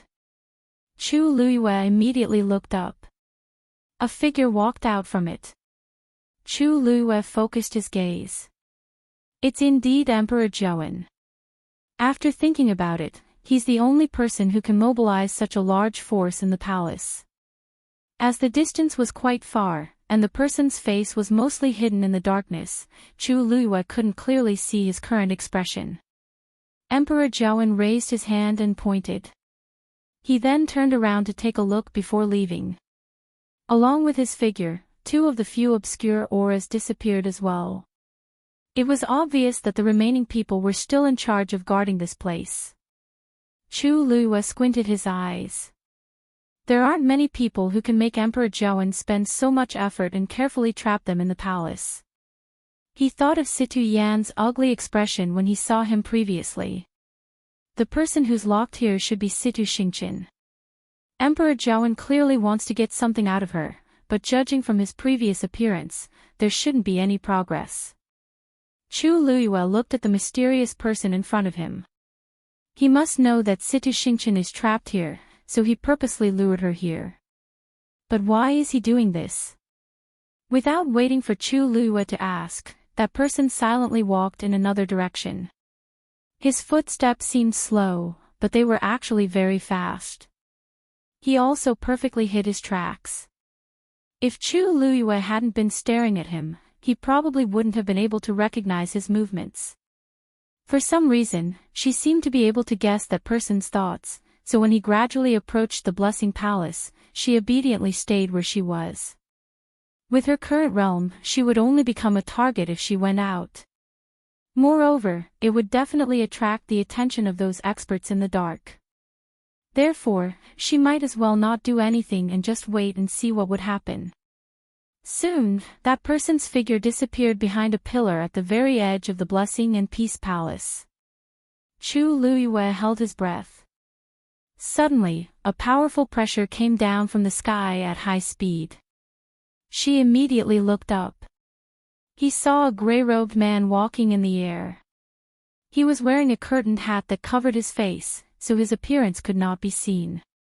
However, judging from his slightly hunched shoulders, he seemed to be quite old. The moment he appeared, three figures instantly appeared around the Blessing Palace. The gray-robed old man was surrounded in the middle. Who are you? How dare you barge into Yao Chen's palace? Chu Liyue squinted her eyes. The three of them were clearly sent by Emperor Zhou to guard this place. Also, the three of them were all Stage 5 warriors. There were only a handful of Stage 5 warriors in the entire country Yao Qin, yet Emperor Zhou actually left three of them here. This showed how strict he was with Situ Xingqian. This lineup was enough to stop most people from barging in. However, that gray-robed old man was an entire stage higher than them. The higher the stage, the greater the difference between the two parties. Even if the three of them worked together, they might not be this old man's match. This old man came here today only to take someone away. As long as you know what's good for you, I won't make things difficult for you. said the gray-robed old man calmly. His voice was low and hoarse, and his tone was calm. However, it had a high and mighty aura as if it was an order. He's clearly the one who came to snatch Situ Xingqian, yet he said that he wouldn't make things difficult for the other party. How arrogant! Chu Luiyue thought quickly. This person clearly came for Situ Xingqian, but as for his identity, it's hard to guess. How dare you? Where do you think this is? Do you think you can come and go as you please? The three of them were clearly enraged by the old man's words. They looked at each other and rushed forward together. I'll teach you a lesson today. Faced with the three people's attacks, the gray-robed old man didn't seem to care at all. He laughed softly and didn't hide his disdain at all. With just the three of you. Seeing that the three of them were getting closer and closer to him, he didn't move at all. Kill! The three forces instantly flew out at the same time. Seeing that he was about to be hit, the old man finally raised his hand. His palm was exceptionally wide, and it was like a fan as it silently landed. A gigantic silver palm print appeared above him. Mountain River Seal, hollered the old man. The silver palm print instantly pressed down. In the next moment, the three origin powers actually collapsed and completely dissipated. The violent force spread in all directions. However, at this moment, the old man's palm curled up slightly, and all of the crazy energy turbulence was silently contained. Everything happened silently, but it immediately caused the three people's expressions to change. A stage 6 warrior was actually so powerful. Go! The gray-robed old man gently waved his palm. A terrifying force crazily gushed out from his palm.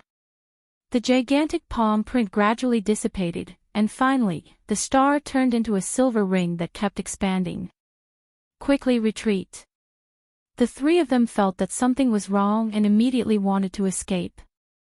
But it was too late. The powerful pressure contained within the silver ring almost made them unable to breathe. All of them were frozen on the spot. No matter how hard they struggled, they were unable to take even half a step away. They could only allow the silver ring to crush their bodies. Puff! One of them couldn't take it and spat out a mouthful of blood. The other two weren't any better. Their faces were pale and they couldn't say a word. Overestimating yourself. The gray-robed old man sneered and moved his palm slightly. You don't, ah. Before the person who struggled to open his mouth could finish his words, a strange light flashed across the silver ring and passed through his chest. Following a muffled sound, his body flew out and fell heavily on the ground. Chu Luiyue became even more cautious and controlled her aura. At the same time, many guesses flashed through her mind. To dare to come here with such fanfare, it was enough to show how arrogant this person was. 1 against 3, and he was actually so relaxed. The gray-robed old man obviously didn't put those people in his eyes. After dealing with them, he went straight for the entrance of the Blessing Palace. However, just as he was about to approach, a gigantic Xian formation suddenly appeared above the Blessing Palace and completely enveloped it. The gray-robed old man finally stopped. Because this Xian formation was actually quite troublesome. But Chu Luiyue, who was hiding in the dark, suddenly had her eyes lit up. She could use that Xian formation to enter the Blessing Palace. Digression, Kawenka is about to faint. Mobile users, please browse and read. A better reading experience from Love Network.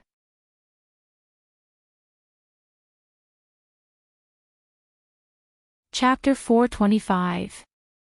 The gigantic Xian formation shone brightly, and the entire Blessing Palace was shrouded in the dazzling light.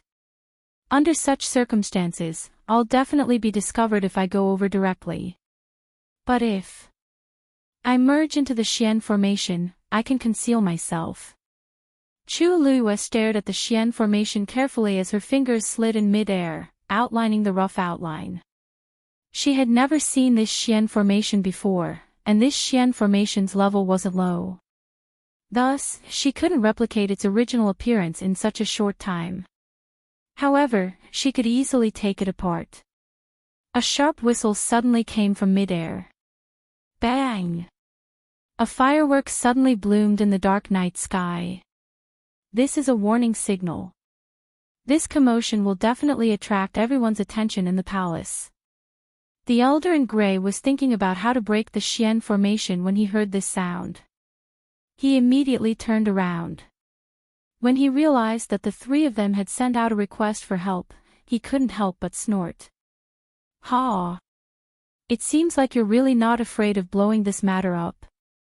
The man who was previously thrown onto the ground crawled up with difficulty and spat out a mouthful of blood. He was also holding a tube in his hand. He was clearly the one who lit the firework just now. When the other two saw this, they looked at each other and saw deep worry in each other's eyes. They rushed to that person's side and anxiously said, "Did you forget about Princess Jinghong? Have you forgotten what His Majesty said before? Situ Xingqian is locked up in the Blessing Palace. His Majesty placed a lot of importance on this matter and even invited us to guard her together. Even the Empress, who was under house arrest back then, didn't receive such treatment. This shows how much His Majesty cares about this matter. Before this, His Majesty had repeatedly instructed us not to let outsiders know that Situ Xingqian was hiding here. But once this news is released, everyone will know about it. In less than 15 minutes, I believe that all the experts in and out of the palace will immediately gather here." The man who spat out blood slowly wiped the blood from the corner of his mouth and stared at the elder in gray. His Majesty also said that the most important thing is to keep an eye on her. If she's taken away, then we won't be able to bear the consequences. The other two looked at each other and hesitated for a moment. In the end, they did not say anything. They once again spread out and surrounded the gray-robed old man. Since it had come to this, they could only do their best. Seeing the three of them in such a formation, the gray-robed old man was stunned for a moment before he suddenly laughed out loud. "Looks like you won't shed tears until you see the coffin. Don't blame this old man for being impolite. Stop him." The three of them also made up their minds and charged forward together. The four of them instantly engaged in a fierce battle. Now is the time. Chu Luiyue retracted his aura and quickly headed for the Blessing and Harmony Palace. At the same time, several incomplete Xian formations appeared around her. Compared to the gigantic Xian formation above, this small Xian formation did not have any sense of existence. However, the patterns and light were able to envelop Chu Luiyue's body. Chu Luiyue kept moving forward, completely hiding his figure in the countless streams of light. The most important thing was that even though the few Xian formations that she copied weren't complete, they were more or less compatible with the Xian formation above. It was precisely because of this subtle compatibility that the Xian formation directly ignored Chu Luiyue's intrusion. Chu Luiyue's path was smooth and unobstructed. She successfully arrived at the side door. Previously, Emperor Jiawen had exited from this inconspicuous spot. Thinking of this, Chu Luiyue silently sneaked in. Her actions were very fast, and she disappeared behind the door in the blink of an eye. She did not even attract the attention of the gray-robed old man and the other three people. After entering the palace, Chu Luiyue immediately started searching for Situ Xingqian's whereabouts. Under the light of the Xian formation outside, everything in the palace was much clearer. However, Chu Luiyue looked around and did not see anyone. The palace was empty, and there was even a thin layer of dust on the table. This place had clearly been empty for a period of time. Chu Luiyue surveyed her surroundings. Suddenly, her gaze focused, and she looked at the bookshelf on the wall.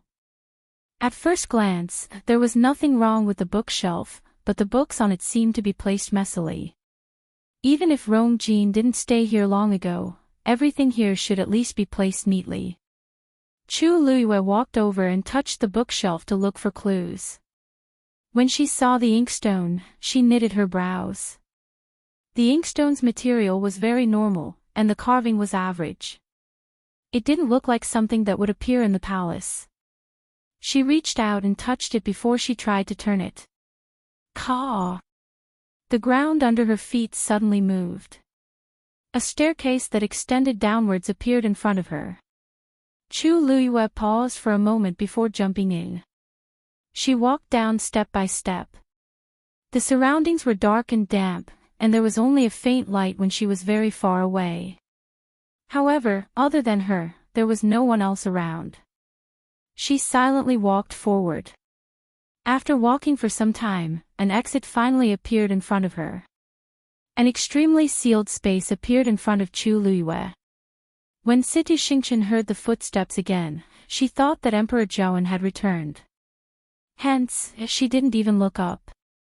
She didn't raise her head and said, I don't know. No matter how much you ask me, I don't know. What don't you know? The clear voice of a woman suddenly sounded. City Xingqian's heart skipped a beat, and she finally looked over. Even though that face was blurry, that figure and that voice couldn't be mistaken. Chu Luiyue. She actually came here. City Xingqian's mind was in a mess as she clenched her fists tightly, and deep hatred flashed across her eyes. Chu Luiyue. What are you doing here? Chu Luiyue walked over, and her eyes were like water as they lightly swept across City Xingqian. Her gaze was very calm, but City Xingqian felt as if she had been stripped naked. It was extremely embarrassing. You killed the Empress, right? Asked Chu Luiyue suddenly. City Xingqian clenched her teeth. What nonsense are you spouting? You also let Rong Jin out of Crown Prince Mansion, right? Asked Chu Luiyue again. No. I didn't. Why? Did Emperor Zhaoan send you to interrogate me? City Xingqian's voice was filled with intense anger. If looks could kill, City Xingqian's venomous gaze would have cut Chu Luiyue into pieces. Chu Luiyue's expression didn't change as if he didn't care about her answer. What did you get from the Empress? Hand it over. As Chu Luiyue spoke, he stretched out his hand. City Xingqian suddenly widened her eyes. How does Chu Luiyue know about this?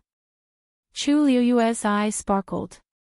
If you're more honest, I can tell you who the real heaven's chosen son is.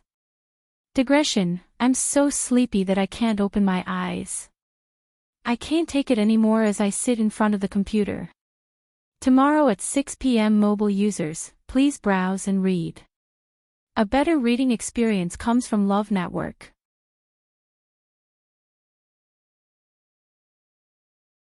Chapter 426. The Real Heaven's Chosen Son. Hearing this, City Xingqian's heart skipped a beat. How did you know? Shouldn't only the Empress and Rong Jin know about this? Could it be that Rong Jin told Chu Luiyue about it before? No, why would Rong Jin tell others about such an important thing so easily? Even if he likes Chu Luiyue a little, he wouldn't go to this extent. Besides, Chu Luiyue clearly knows that Rong Jin isn't the real heaven's chosen son. Other than the few of us who were in the imperial mausoleum that day, who else would know about this? City Xingqian looked at Chu Luiyue warily. Suddenly, an idea popped up in her mind, and she couldn't help but blurt out. She suddenly blurted out, "You were also in the imperial mausoleum that day?" As she was shocked, her hoarse voice became sharp. Chu Luiyue shrugged and nonchalantly said, "There's no such thing as a wall. I'll tell you one thing. I'm only going to ask you one last time. Will you give it to me or not?" City Xingqian grabbed the railing, and her eyes sparkled. Since you already know about this, I don't have to hide it anymore. I got the key to Golden Inheritance Peak's barrier from the Empress. Even though the Empress secretly copied it, it can still open the barrier. Besides, I've already given that thing to Rong Jin. If not, how do you think he could enter Golden Inheritance Peak so smoothly? Chu Luiyue raised his brows. When she saw Rong Jin and the rest enter the Imperial Mausoleum with Emperor Zhouwen, she had already guessed this point. But this wasn't the main point. You know that's not what I want. Chu Luiyue lightly said. Situ Xingchen forcefully pretended to be calm and said without changing her expression, the Empress only gave me this. Oh. Chu Luiyue smiled in a seemingly smiling manner. If it's really that simple, why would Emperor Zhouwen use such a huge force to lock Situ Xingchen up? He even specially came here to secretly interrogate her on a dark and windy night. Initially, she didn't think of this, but after seeing Emperor Zhouwen and the terrifying defense around her, she guessed that Situ Xingchen had something that Emperor Zhouwen wanted. Judging from Emperor Zhouwen's attitude toward Heptagon Alley, he should know the real secret behind it. Hence, he didn't want to get anything out of Situ Xingchen but wanted to get something. She was just casually bluffing, but judging from the other party's reaction, she was basically certain.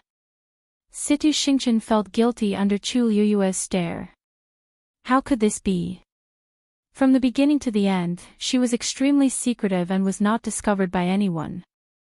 If I wasn't caught by Emperor Zhouwen in the Imperial Mausoleum, I wouldn't be trapped here. She turned around as if she didn't want to continue the conversation with Chu Luiyue.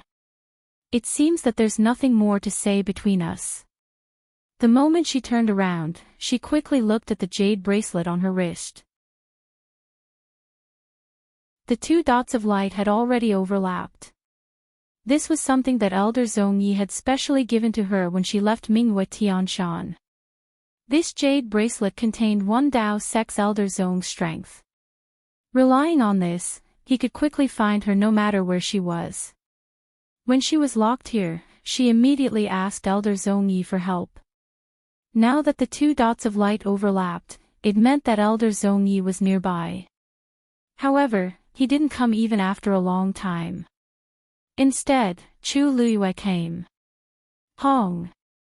Hong! Hong! A series of explosions suddenly came from outside. Even the entire space started to shake. Situ Xingchen suddenly looked up.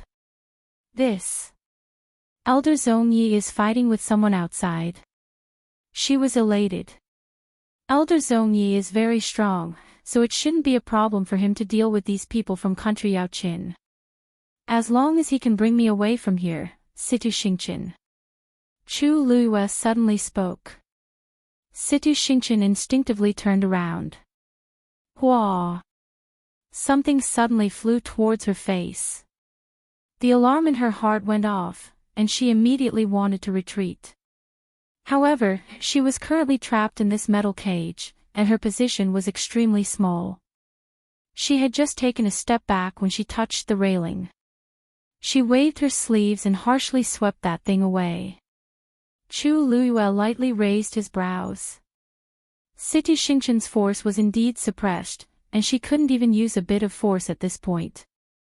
Emperor Zhouwen really made all the necessary preparations to deal with me. However, this time, I'm going to benefit from it. Chu Luiyue. Don't think that I can't do anything to you just because I'm trapped here. Situ Xingchen quickly glanced at the ground and realized that it was actually a jade bottle. After it landed on the ground, it directly broke, and a green liquid slowly flowed out. Smelling that weird smell, she coldly laughed. You want to poison me with just this small bottle of Qingshui Yang?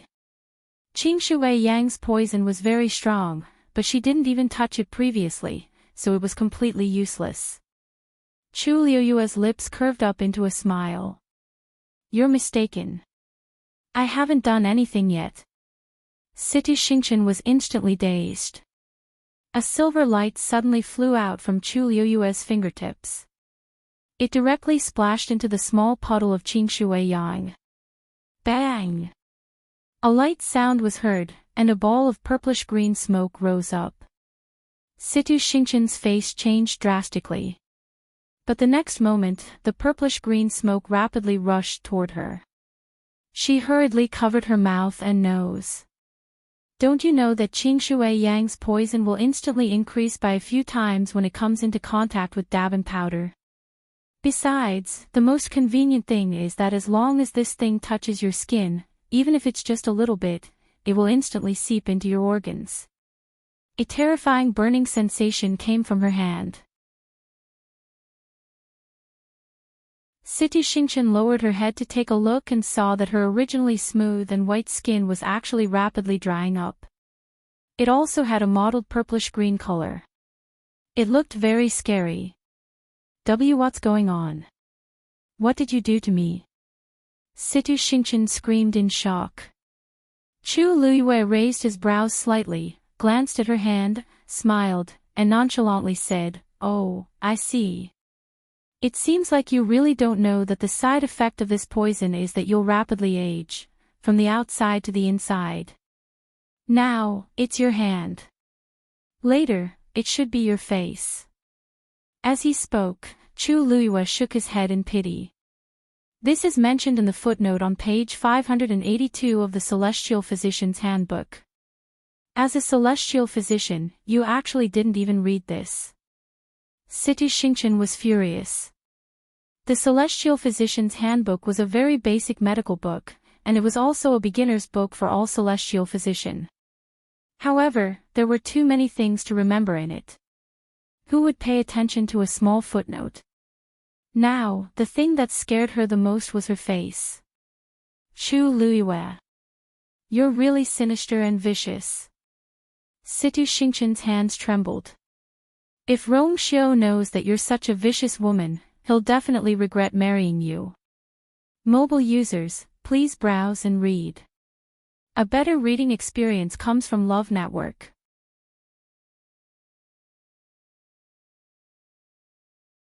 Chapter 427. Chu Luyue chuckled lightly. You're finally admitting it. From the start, Situ Xingchen had been hostile toward her. No matter if it was during the Qing Jiao competition or when Situ Xingchen framed her for imprisoning Rong Zhen, Situ Xingchen could tell that Situ Xingchen didn't just dislike Situ Xingchen, but she was also jealous and resentful of her. Situ Xingchen's chest seemed to be blocked by something, and she felt so stifled that she was about to explode. She finally couldn't hold it in and harshly scolded her. So what if he is? I've liked him for so many years, but he doesn't even remember who I am. What about you? You're just an abandoned good-for-nothing from a declining family. How can you compare to me? In terms of looks, I'm not inferior to Chu Luyue. In terms of background, I'm many times better than Chu Luyue. In terms of my relationship with Rong Xiu, I've been with him at Mingyue Tianshan for so many years. How can Chu Luyue compare to him? He's always been high and mighty and keeps all women at a respectful distance. But, you... He actually knelt down in front of so many people for you. All for the sake of a marriage agreement with you. I'm clearly the one who understands him the most. Only I'm worthy of him in this world. Situ Xingchen's heart ached every time she thought of this. She didn't understand what was so good about Chu Luyue that Rong Xiu was willing to treat her like this. It's as if he gave all his gentleness and love to only one person. Previously, when Rong Xiu sent people to burn the clothes with the cloud embroidery, she still had a sliver of hope in her heart. But later on, everything happened one after another, and they all slapped her in the face. Every time, it made her understand that Rong Xiu cared about this person more than she imagined. Situ Xingchen's hatred for Chu Luyue also deepened. Chu Luyue looked at her face, which was contorted from anger and hatred, and lightly smiled. How do you know that he doesn't know? Situ Xingchen's expression suddenly froze. Since you claim to understand him, then. Do you know why he did this? Chu Luyue said slowly. Every word was like a sharp knife that harshly stabbed Situ Xingchen's heart.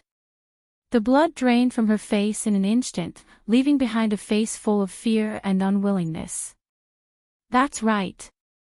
How could someone like Rong Xiu not know what kind of person Chu Luyue was? But he still chose her. There was only one explanation: he was deeply in love with Chu Luiyue. She was the only one he wanted. From a very long time ago, she knew that people like Rong Xiao would only fall in love with one person if they didn't fall in love. Once they did, they would only love one person for the rest of their lives, and they would give everything they had. You. What exactly did you do? Situ Xingchen clenched her teeth, and her knuckles turned green from gripping the railing too tightly. At this moment, she inadvertently looked down and saw that her wrist had also turned purple. She was taken aback. If I really turn into an old lady with bruises all over my body, then in the future, there will be no future. Once she thought of that scene, she felt goosebumps all over her body. I definitely won't allow myself to become like that. As long as you bring me out, I guarantee that I'll hand the item over to you," said Situ Xingchen hatefully. "But you have to guarantee that you'll also cure the poison in my body. If not, even if I go to hell, I'll definitely turn into a malicious spirit and come back to take revenge on you." Chu Liuyue's lips curved up slightly, and he thought to himself, interesting. Seriously speaking, I'm the one who went to hell and came back to take revenge. However, I didn't turn into a malicious spirit but became Chu Luiyue. Who's afraid of who? It seems like the person outside is here to save you. Chu Luiyue suddenly said, "You want to go out with me and take the chance to escape?" Situ Xingchen's heart skipped a beat. "I don't know what you're talking about." Chu Luiyue didn't need her answer either. "I'm only here to take that item, not to save you. If you don't want to hand it over, then so be it.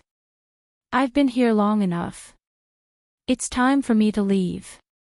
Then, Chu Luiyue actually turned around and left. Situ Xingchen finally panicked. "Stop right there. Detoxify the poison first. I can even feel that the poison has already spread to my arm." It wouldn't be long before her face would be completely ruined. Chu Luiyue waved her hand. Seeing that her figure was about to disappear in front of her, Situ Xingchen finally clenched her teeth and said, "I'll give it to you." Chu Luiyue stood still, then turned around and smiled at her. "Wouldn't it have been better if you did this earlier?" Situ Xingchen's face was filled with vigilance. "Cure the poison first." Chu Luiyue gently flicked her finger. A palm-sized wooden cover fell. The purplish-green smoke seemed to be attracted by a certain force as it changed its direction and surged toward the wooden cover. When the last wisp of smoke disappeared into the wooden cover, Situ Xingchen finally heaved a sigh of relief. "Take the item out," said Chu Luiyue. Situ Xingchen widened her eyes and raised her hands. "The poison in my body hasn't been cured yet. When you give it to me, I'll naturally cure it for you." Chu Luiyue chuckled. Situ Xingchen choked and cursed in her heart. This Chu Luiyue is really cunning. He won't take any losses. She hesitated for a while, but she knew that Chu Luiyue could do anything. Hence, she didn't dare to be too presumptuous and could only touch her jade bracelet. Then, a wooden box appeared in front of her. Chu Liuyue's gaze lightly swept across the jade bracelet. It turns out that it's a cosmic bracelet. This item's value is much higher than a cosmic bag's. This is because it's easy to recognize a cosmic bag, but a cosmic bracelet looks no different from a normal bracelet. This should be one of the reasons why Situ Xingchen could keep this item intact and not let Emperor Zhouan take it away. This is the box that the Empress left behind when she was alive. Situ Xingchen took a deep breath in and finally pushed the wooden box forward. "As long as you can open this metal cage, the item in this wooden box will be yours." Then, she took another step back as if she really wanted to hand the item over. However, she sneered in her heart. This metal cage has an extremely strong restriction. If Chu Luiyue wants to take this item, he must solve this problem. If I can't solve it, this item will still be mine. If I can solve it, this metal cage will definitely be opened. I can then take the chance to escape. Anyway, Elder Zhong Yi is outside, so I can definitely succeed. Chu Luiyue squinted his eyes as if he had a headache. Situ Xingchen quietly stood there, but she was secretly adjusting her breathing, waiting to deliver a fatal blow at any moment. Suddenly, Chu Luiyue lightly said, "Chu Luiyue. Dumpling, bring the item over." A red shadow darted out. It directly pounced toward the wooden box. Situ Xingchen knitted her brows and finally recognized it. It was Chu Luiyue's blood ferret. The next moment, she heard a cacophonous sound, and a hole suddenly appeared on the metal cage. Mobile users, please browse and read. A better reading experience comes from Love Network.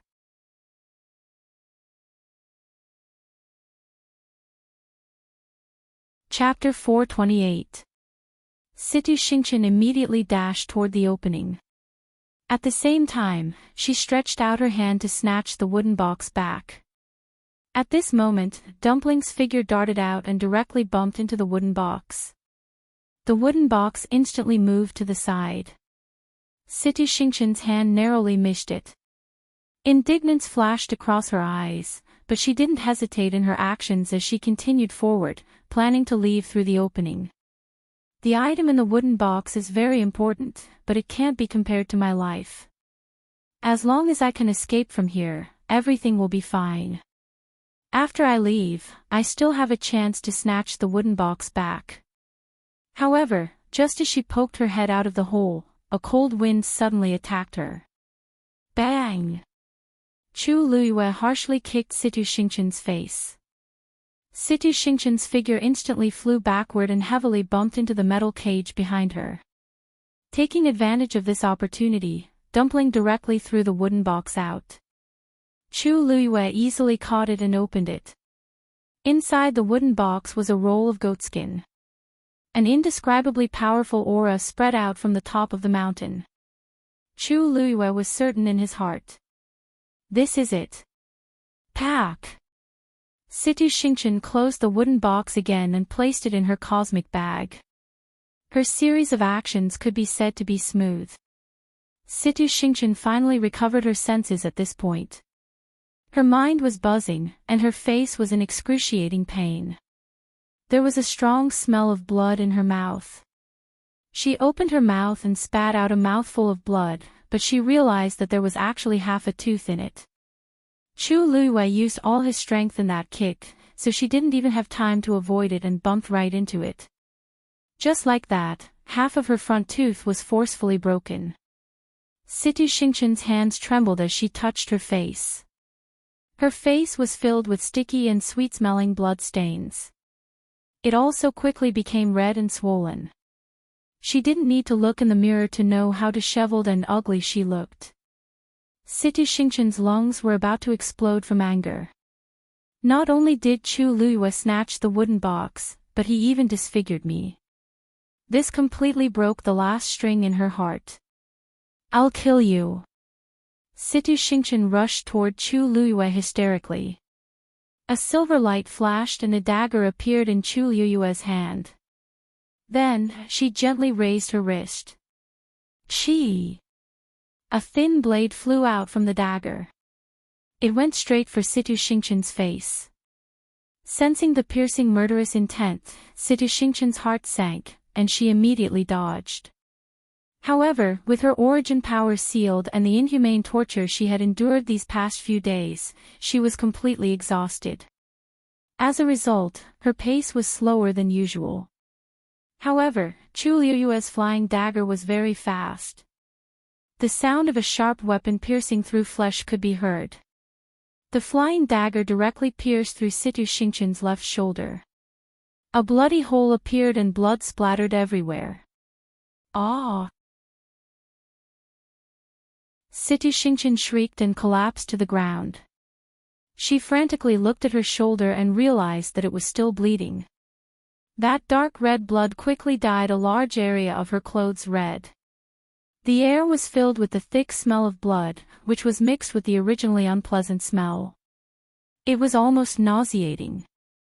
Situ Xingchen was just about to stand up when a second flying dagger flew out from Chu Liuyue's dagger. This time, it was her left ankle. A few pieces of broken bone splattered on the floor. Situ Xingchen was in so much pain that her face was ghastly pale. She couldn't even speak and could only tremble as she curled up into a ball. Only her eyes were filled with hatred as she stared at Chu Liyue as if she wanted to cut her into pieces. Chu Liyue never cared about such gazes. Boom! A loud explosion came from outside again. It's time to leave. Chu Liyue turned around and ran outside. Situ Xingchen struggled to get up, but she still collapsed in the end. She could only watch as Chu Liuyue's figure disappeared into the darkness. Her chest shook, and she vomited blood again. Chu Liyue. If there's a chance in the future, I'll definitely make her pay back everything that I've suffered today. Situ Xingchen took a deep breath in and bit her index finger. A drop of blood quickly flowed out. She then rubbed the drop of blood on the jade bracelet on her wrist. A faint light flashed, and the drop of blood was rapidly absorbed into the jade bracelet, disappearing without a trace. However, the two overlapping dots of light gradually turned blood red. Chu Liyue went up the stairs, and the moment she jumped out, she felt the terrifying aftermath from outside. She looked outside and shockingly discovered that the previously complete and indestructible Xian formation had a few cracks now. It was on the verge of collapsing. In front, the gray-robed elder was already surrounded by many imperial guards. At one glance, there were 3 layers inside and 3 layers outside. There were even quite a few corpses piled up at the front. It was obvious that the gray-robed elder killed them all by himself. Chu Liyue knitted her brows. It seems like the gray-robed elder is stronger than I expected. It was also because of this that both parties were in a stalemate. They were in a stalemate. Suddenly, the gray-robed elder lowered his head as if he were looking at something. His back was facing Chu Liyue, so she couldn't see what he was doing. But the next moment, the gray-robed elder's aura increased tremendously. Anyone who blocks me will be killed without mercy. This low and deep voice contained a shocking amount of energy. An invisible wave spread out in all directions with him as the center. Then, he actually turned around and directly rushed toward Blessing Palace. Chu Liuyue's heart skipped a beat. He's coming in the direction I'm facing. Voila! The defensive Xian formation was completely torn apart. As long as he enters this palace, he'll immediately discover my presence. Chu Liyue surveyed her surroundings and realized that no matter which direction she escaped in, she would attract attention. Just as she was in a dilemma, a greenish-white fire suddenly started burning from Blessing Palace's side door. This was the scene that Emperor Jiawen saw when he rushed over. The gigantic silver Xian formation had already been torn apart, and a gray-robed elder had already rushed to Blessing Palace's door. The greenish-white fire rose up and instantly surrounded the entire Blessing Palace. His temples suddenly throbbed, and all the blood in his body seemed to have solidified. Stop him! Stop him! Situ Xingchen is still inside. This person clearly wants to use the fire as a smokescreen to bring Situ Xingchen out. This definitely won't do. Actually, Emperor Jiawen didn't know that the gray-robed elder was also trapped in the fire.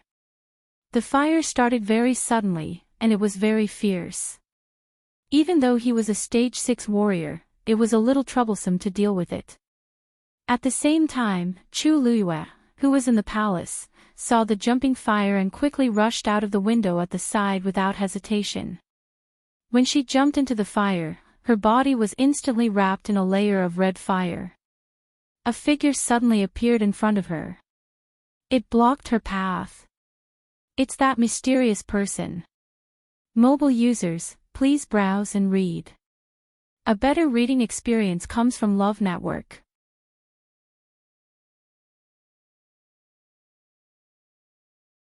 Chapter 429. Chu Luiyue immediately became alert. Is he going to attack me at this time? The wide hooded robe completely covered his body, and there was a black scarf on his face. From head to toe, he only revealed a pair of narrow black eyes.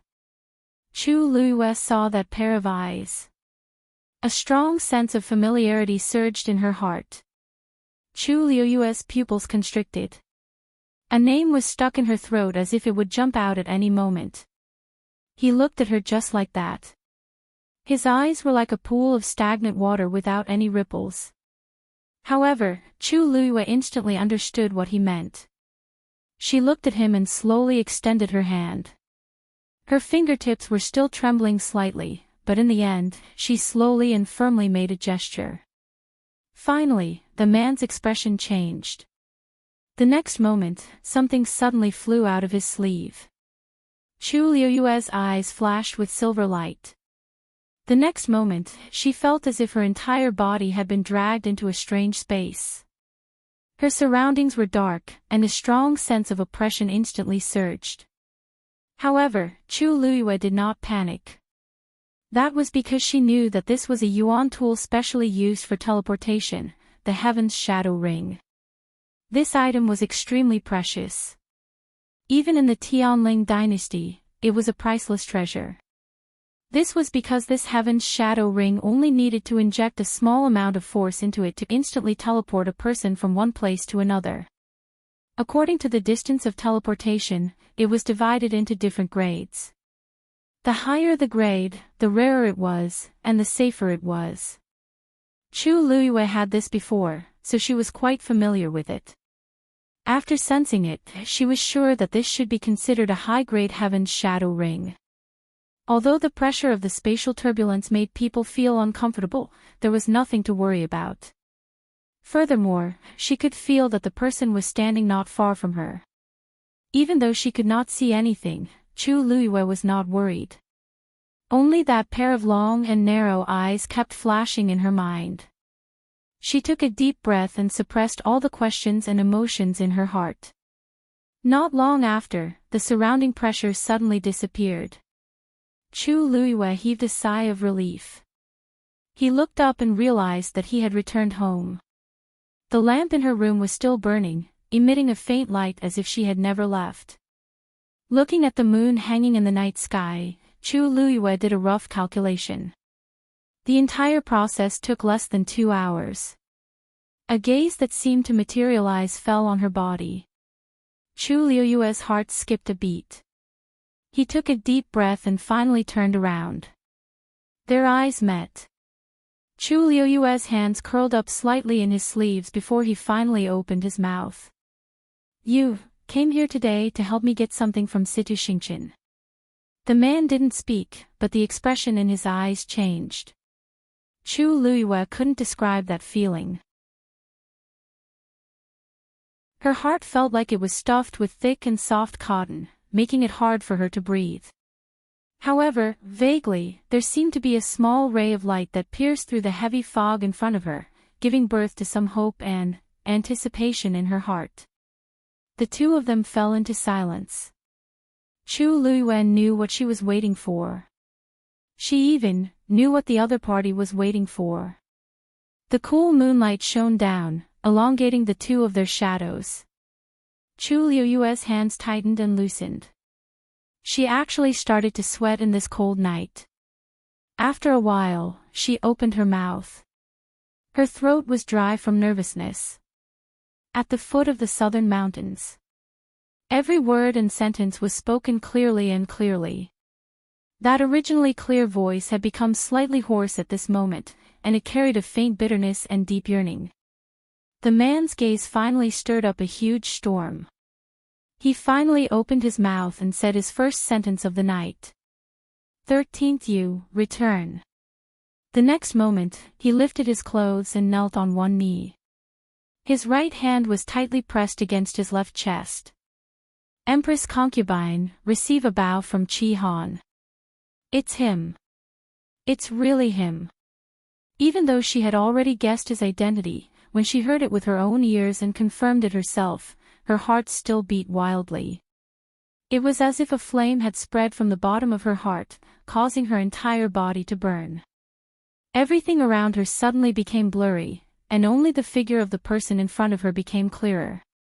Chu Luiyue had fantasized many times about whether someone would see through her appearance and see through her true identity. She thought of many people, but she didn't expect it to be the 13 Yu guards. Furthermore, it was at this time and in such a place. At the foot of the southern mountain, the 13 Yu guards had returned. This was the secret message between her and the 13 Yu guards. Other than them, no one else knew about it. Therefore, when Chu Luiyue said the first half of the sentence, it was equivalent to admitting her identity. She closed her eyes and turned to walk into the house. "Come in and talk." "Yes." Chu Luiyue walked into the room, and Chi Han followed behind. After locking all the doors and windows and making sure that no one would notice anything unusual, Chu Luiyue sat down on the stool.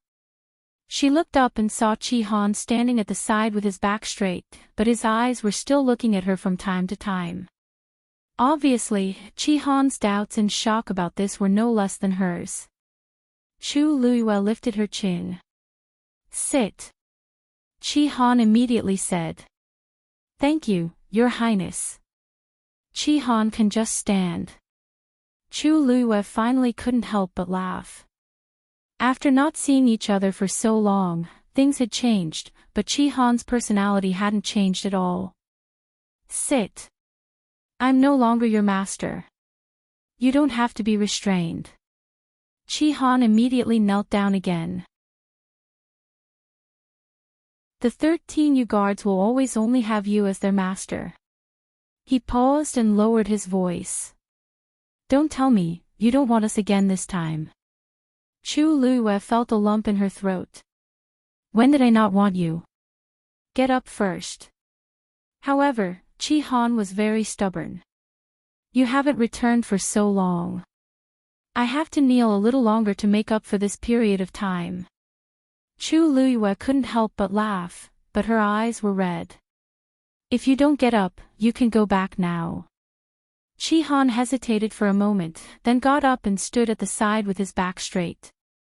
After pausing for a moment, he said, "After you left, this subordinate had nowhere to go."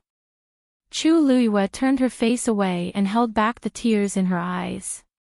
After a while, the waves in her heart calmed down. "Tell me, how have you all been in the past year? How did you find this place?" Chi Han said. "Actually, before you got into trouble, we already sensed that something was wrong and planned to go back. But on the way back, a few groups of people appeared and tried to kill us. By the time we rushed back, you had already. More than half of the ancestral hall had been burned." Chu Luiyue was stunned. "So, you went back that day?" Chi Han nodded. "It's all my fault for being too incompetent and being too late." Chu Luiyue suddenly thought of something. "What's with the burn on your hand?" Chi Han paused for a moment. "It was burned that day, wasn't it?" Chu Luiyue asked. Looking at Chi Han's silent expression, her heart suddenly skipped a beat. "Take off your face scarf." Mobile users, please browse and read. A better reading experience comes from Love Network.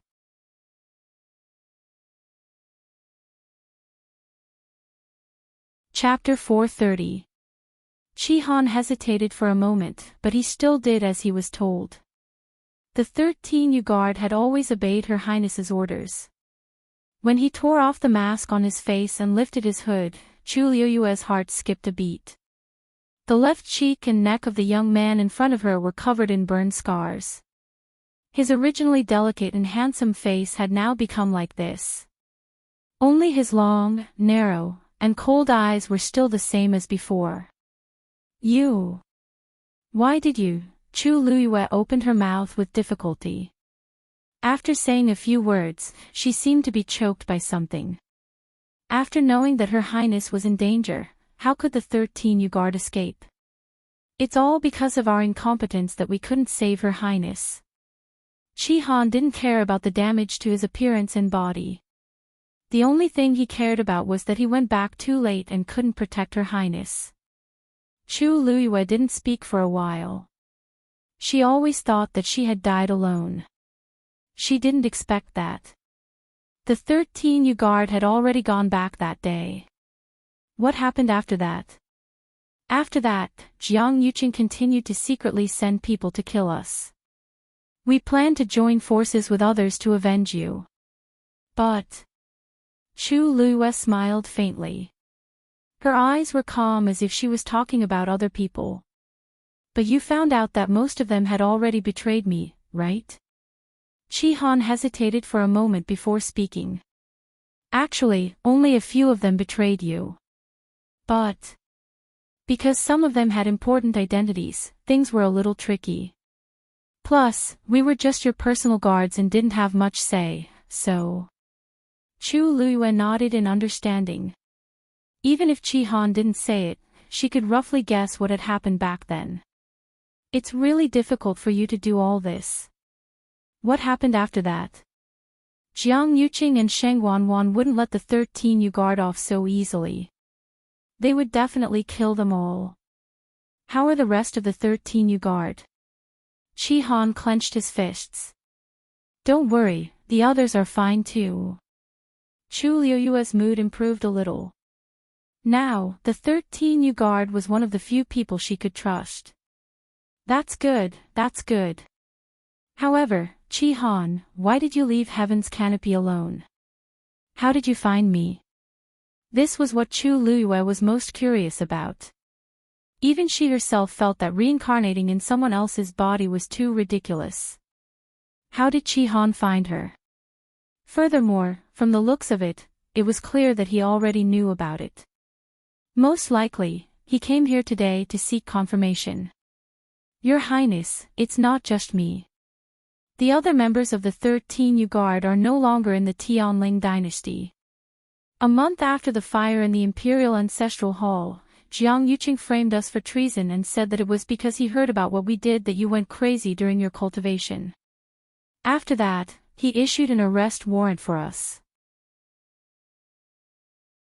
After discussing with the 13th guards, they left Heaven's Canopy together. Chu Luiyue's expression turned even colder. Jiang Yuqing has gone too far. Not only did he force her into a dead end, but he also framed the 13th guards. After she died, with Sheng Wanwan's help, he could almost do whatever he wanted in the Tianling dynasty. Under such circumstances, the 13th guard's choice to leave was the best choice. Actually, you don't have to leave Heaven's Canopy even if you leave the Tianling dynasty. Each of you is very powerful. It's a waste of your talents to go outside. Chu Luiyue felt that it was a pity. Han shook his head. Your Highness, you don't know. The reason why we left Heaven's Canopy was because we received a letter. Chu Luiyue paused. What letter? A letter about you. At this point, Han suddenly looked up and fixed his gaze on Chu Luiyue. The letter said that if we wanted to avenge you, we had to leave Heaven's Canopy first. Chu Luiyue was shocked. Who wrote that letter? Anonymous. Even now, we don't know who wrote it. But, under the circumstances, we didn't have any other choice, so we just did it. What? Chu Luiyue was shocked. It's just a letter, and you actually believed it and, did it? The 13th guards were carefully nurtured by her. Each of them was powerful and cautious. Why would they make such a choice because of a letter? Wasn't this too careless? Han's expression became a little strange. Because the handwriting in the letter is exactly the same as yours. Most importantly, there's a token of yours in it. Chu Luiyue almost thought that she had misheard and immediately frowned. Many people had seen her handwriting before. It was not impossible for someone to imitate it. The 13th guards would not believe the words in the letter just because of the similar handwriting. In that case, the token in the letter became extremely important and had a decisive effect. What token? A feather of the nine-colored heavenly pheasant. Chu Luiyue suddenly stood up. The nine-colored heavenly pheasant was her fiend back then. Back then, she chose to perish together with the nine-colored heavenly pheasant and purposely let it out to save its life. But from everything that happened afterward, the nine-colored heavenly pheasant had clearly died that day. And the nine-colored heavenly pheasant's feather was extremely precious. It was the symbol of its status. Ordinary people couldn't even touch it, let alone pluck it off. Before she died, the nine-colored heavenly pheasant's feather was clearly still nine neat and tidy. Since it was dead, how could anyone get its feather? Where did the feather in the letter come from? Digression, mobile users, please browse and read. A better reading experience comes from AI Network.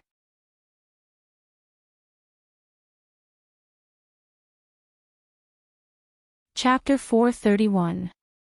In the entire Tianling dynasty, she was the only one who had a nine-colored heavenly pheasant. The 13 new guards had followed her for many years, so they definitely wouldn't be mistaken. It was because of that feather that we believed the words in the letter. Anne. From then on, we always thought that you were actually still alive.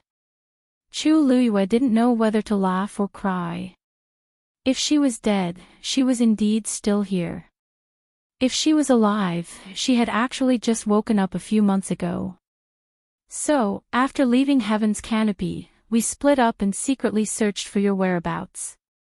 This time, it was also because this subordinate had inquired about some information that caused me to have some doubts about your identity.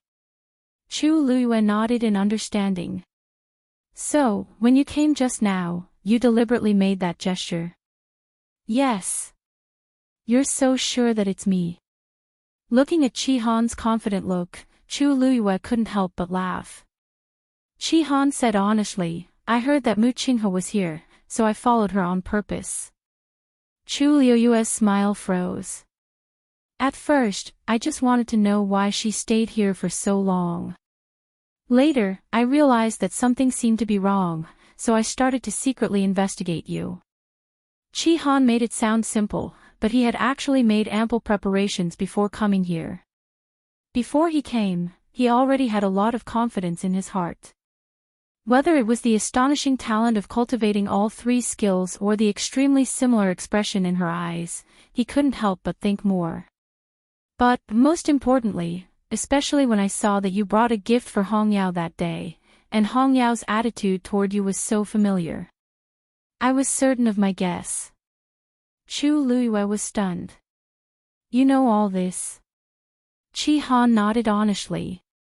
Chu Luiyue, she actually didn't notice at all. Although her current strength couldn't be compared to before, her sensitivity and reaction had always been good. In the end, Chi Han had secretly investigated her for so long, but she actually didn't notice at all. After a long silence, Chu Luiyue finally said faintly, It's been a while since we last met. I haven't seen you for more than a year, but your hiding skills have improved. A suspicious shade of red flashed across Chi Han's unburned face. Your Highness is too kind. Seven Coldness still had a lot of shortcomings. Chu Luiyue, this brat really thought that it was praising him. However, looking at his scarred face, Chu Luiyue felt distressed. If everything was still fine, is there a way to remove your scar? Chi Han was stunned. He didn't expect her to suddenly change the topic. He touched his face and said, Actually, this is quite good. Many people can't recognize my identity, so it's much more convenient to do things. Chu Luiyue suddenly thought of something. Wait. Could it be, because that flame was mine? At that time, she was inconsolable, so she simply chose to self-destruct. She wanted to perish together with Jiang Yuqing and Sheng Wanwan, so she released all the power in her body and burned it.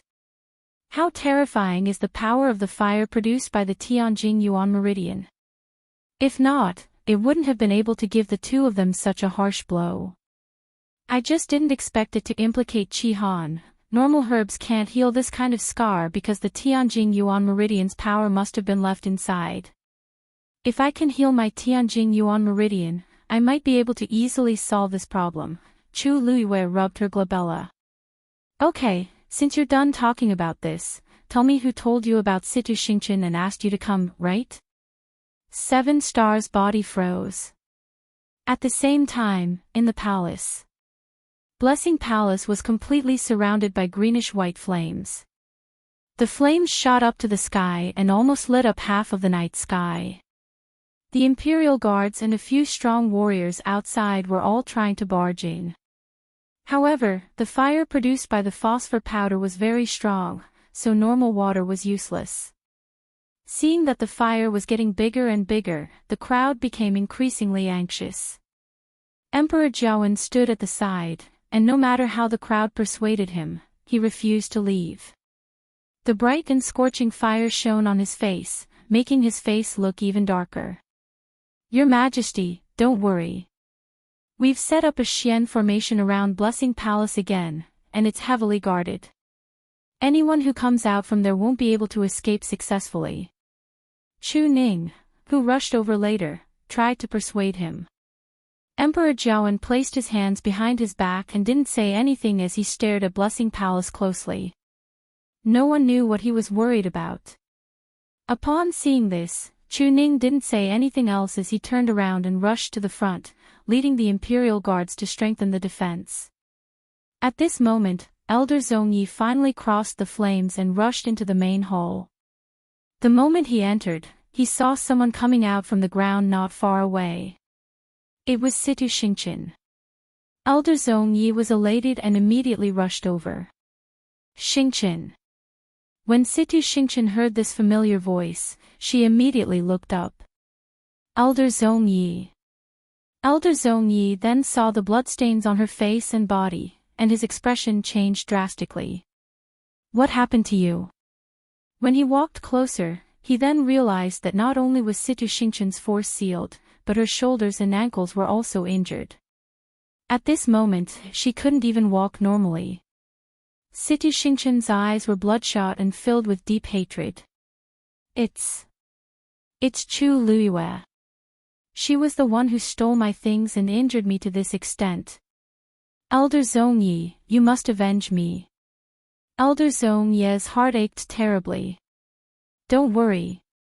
When we get out of here, I won't let her off. Situ Xingqian was suddenly stunned and suddenly grabbed his shoulders.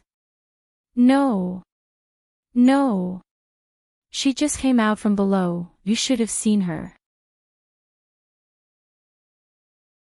Mobile users, please browse and read. A better reading experience comes from Love Network. You're tuning into the Journey of the Soul YouTube channel. Don't forget to subscribe and join us on this journey to catch the most captivating stories.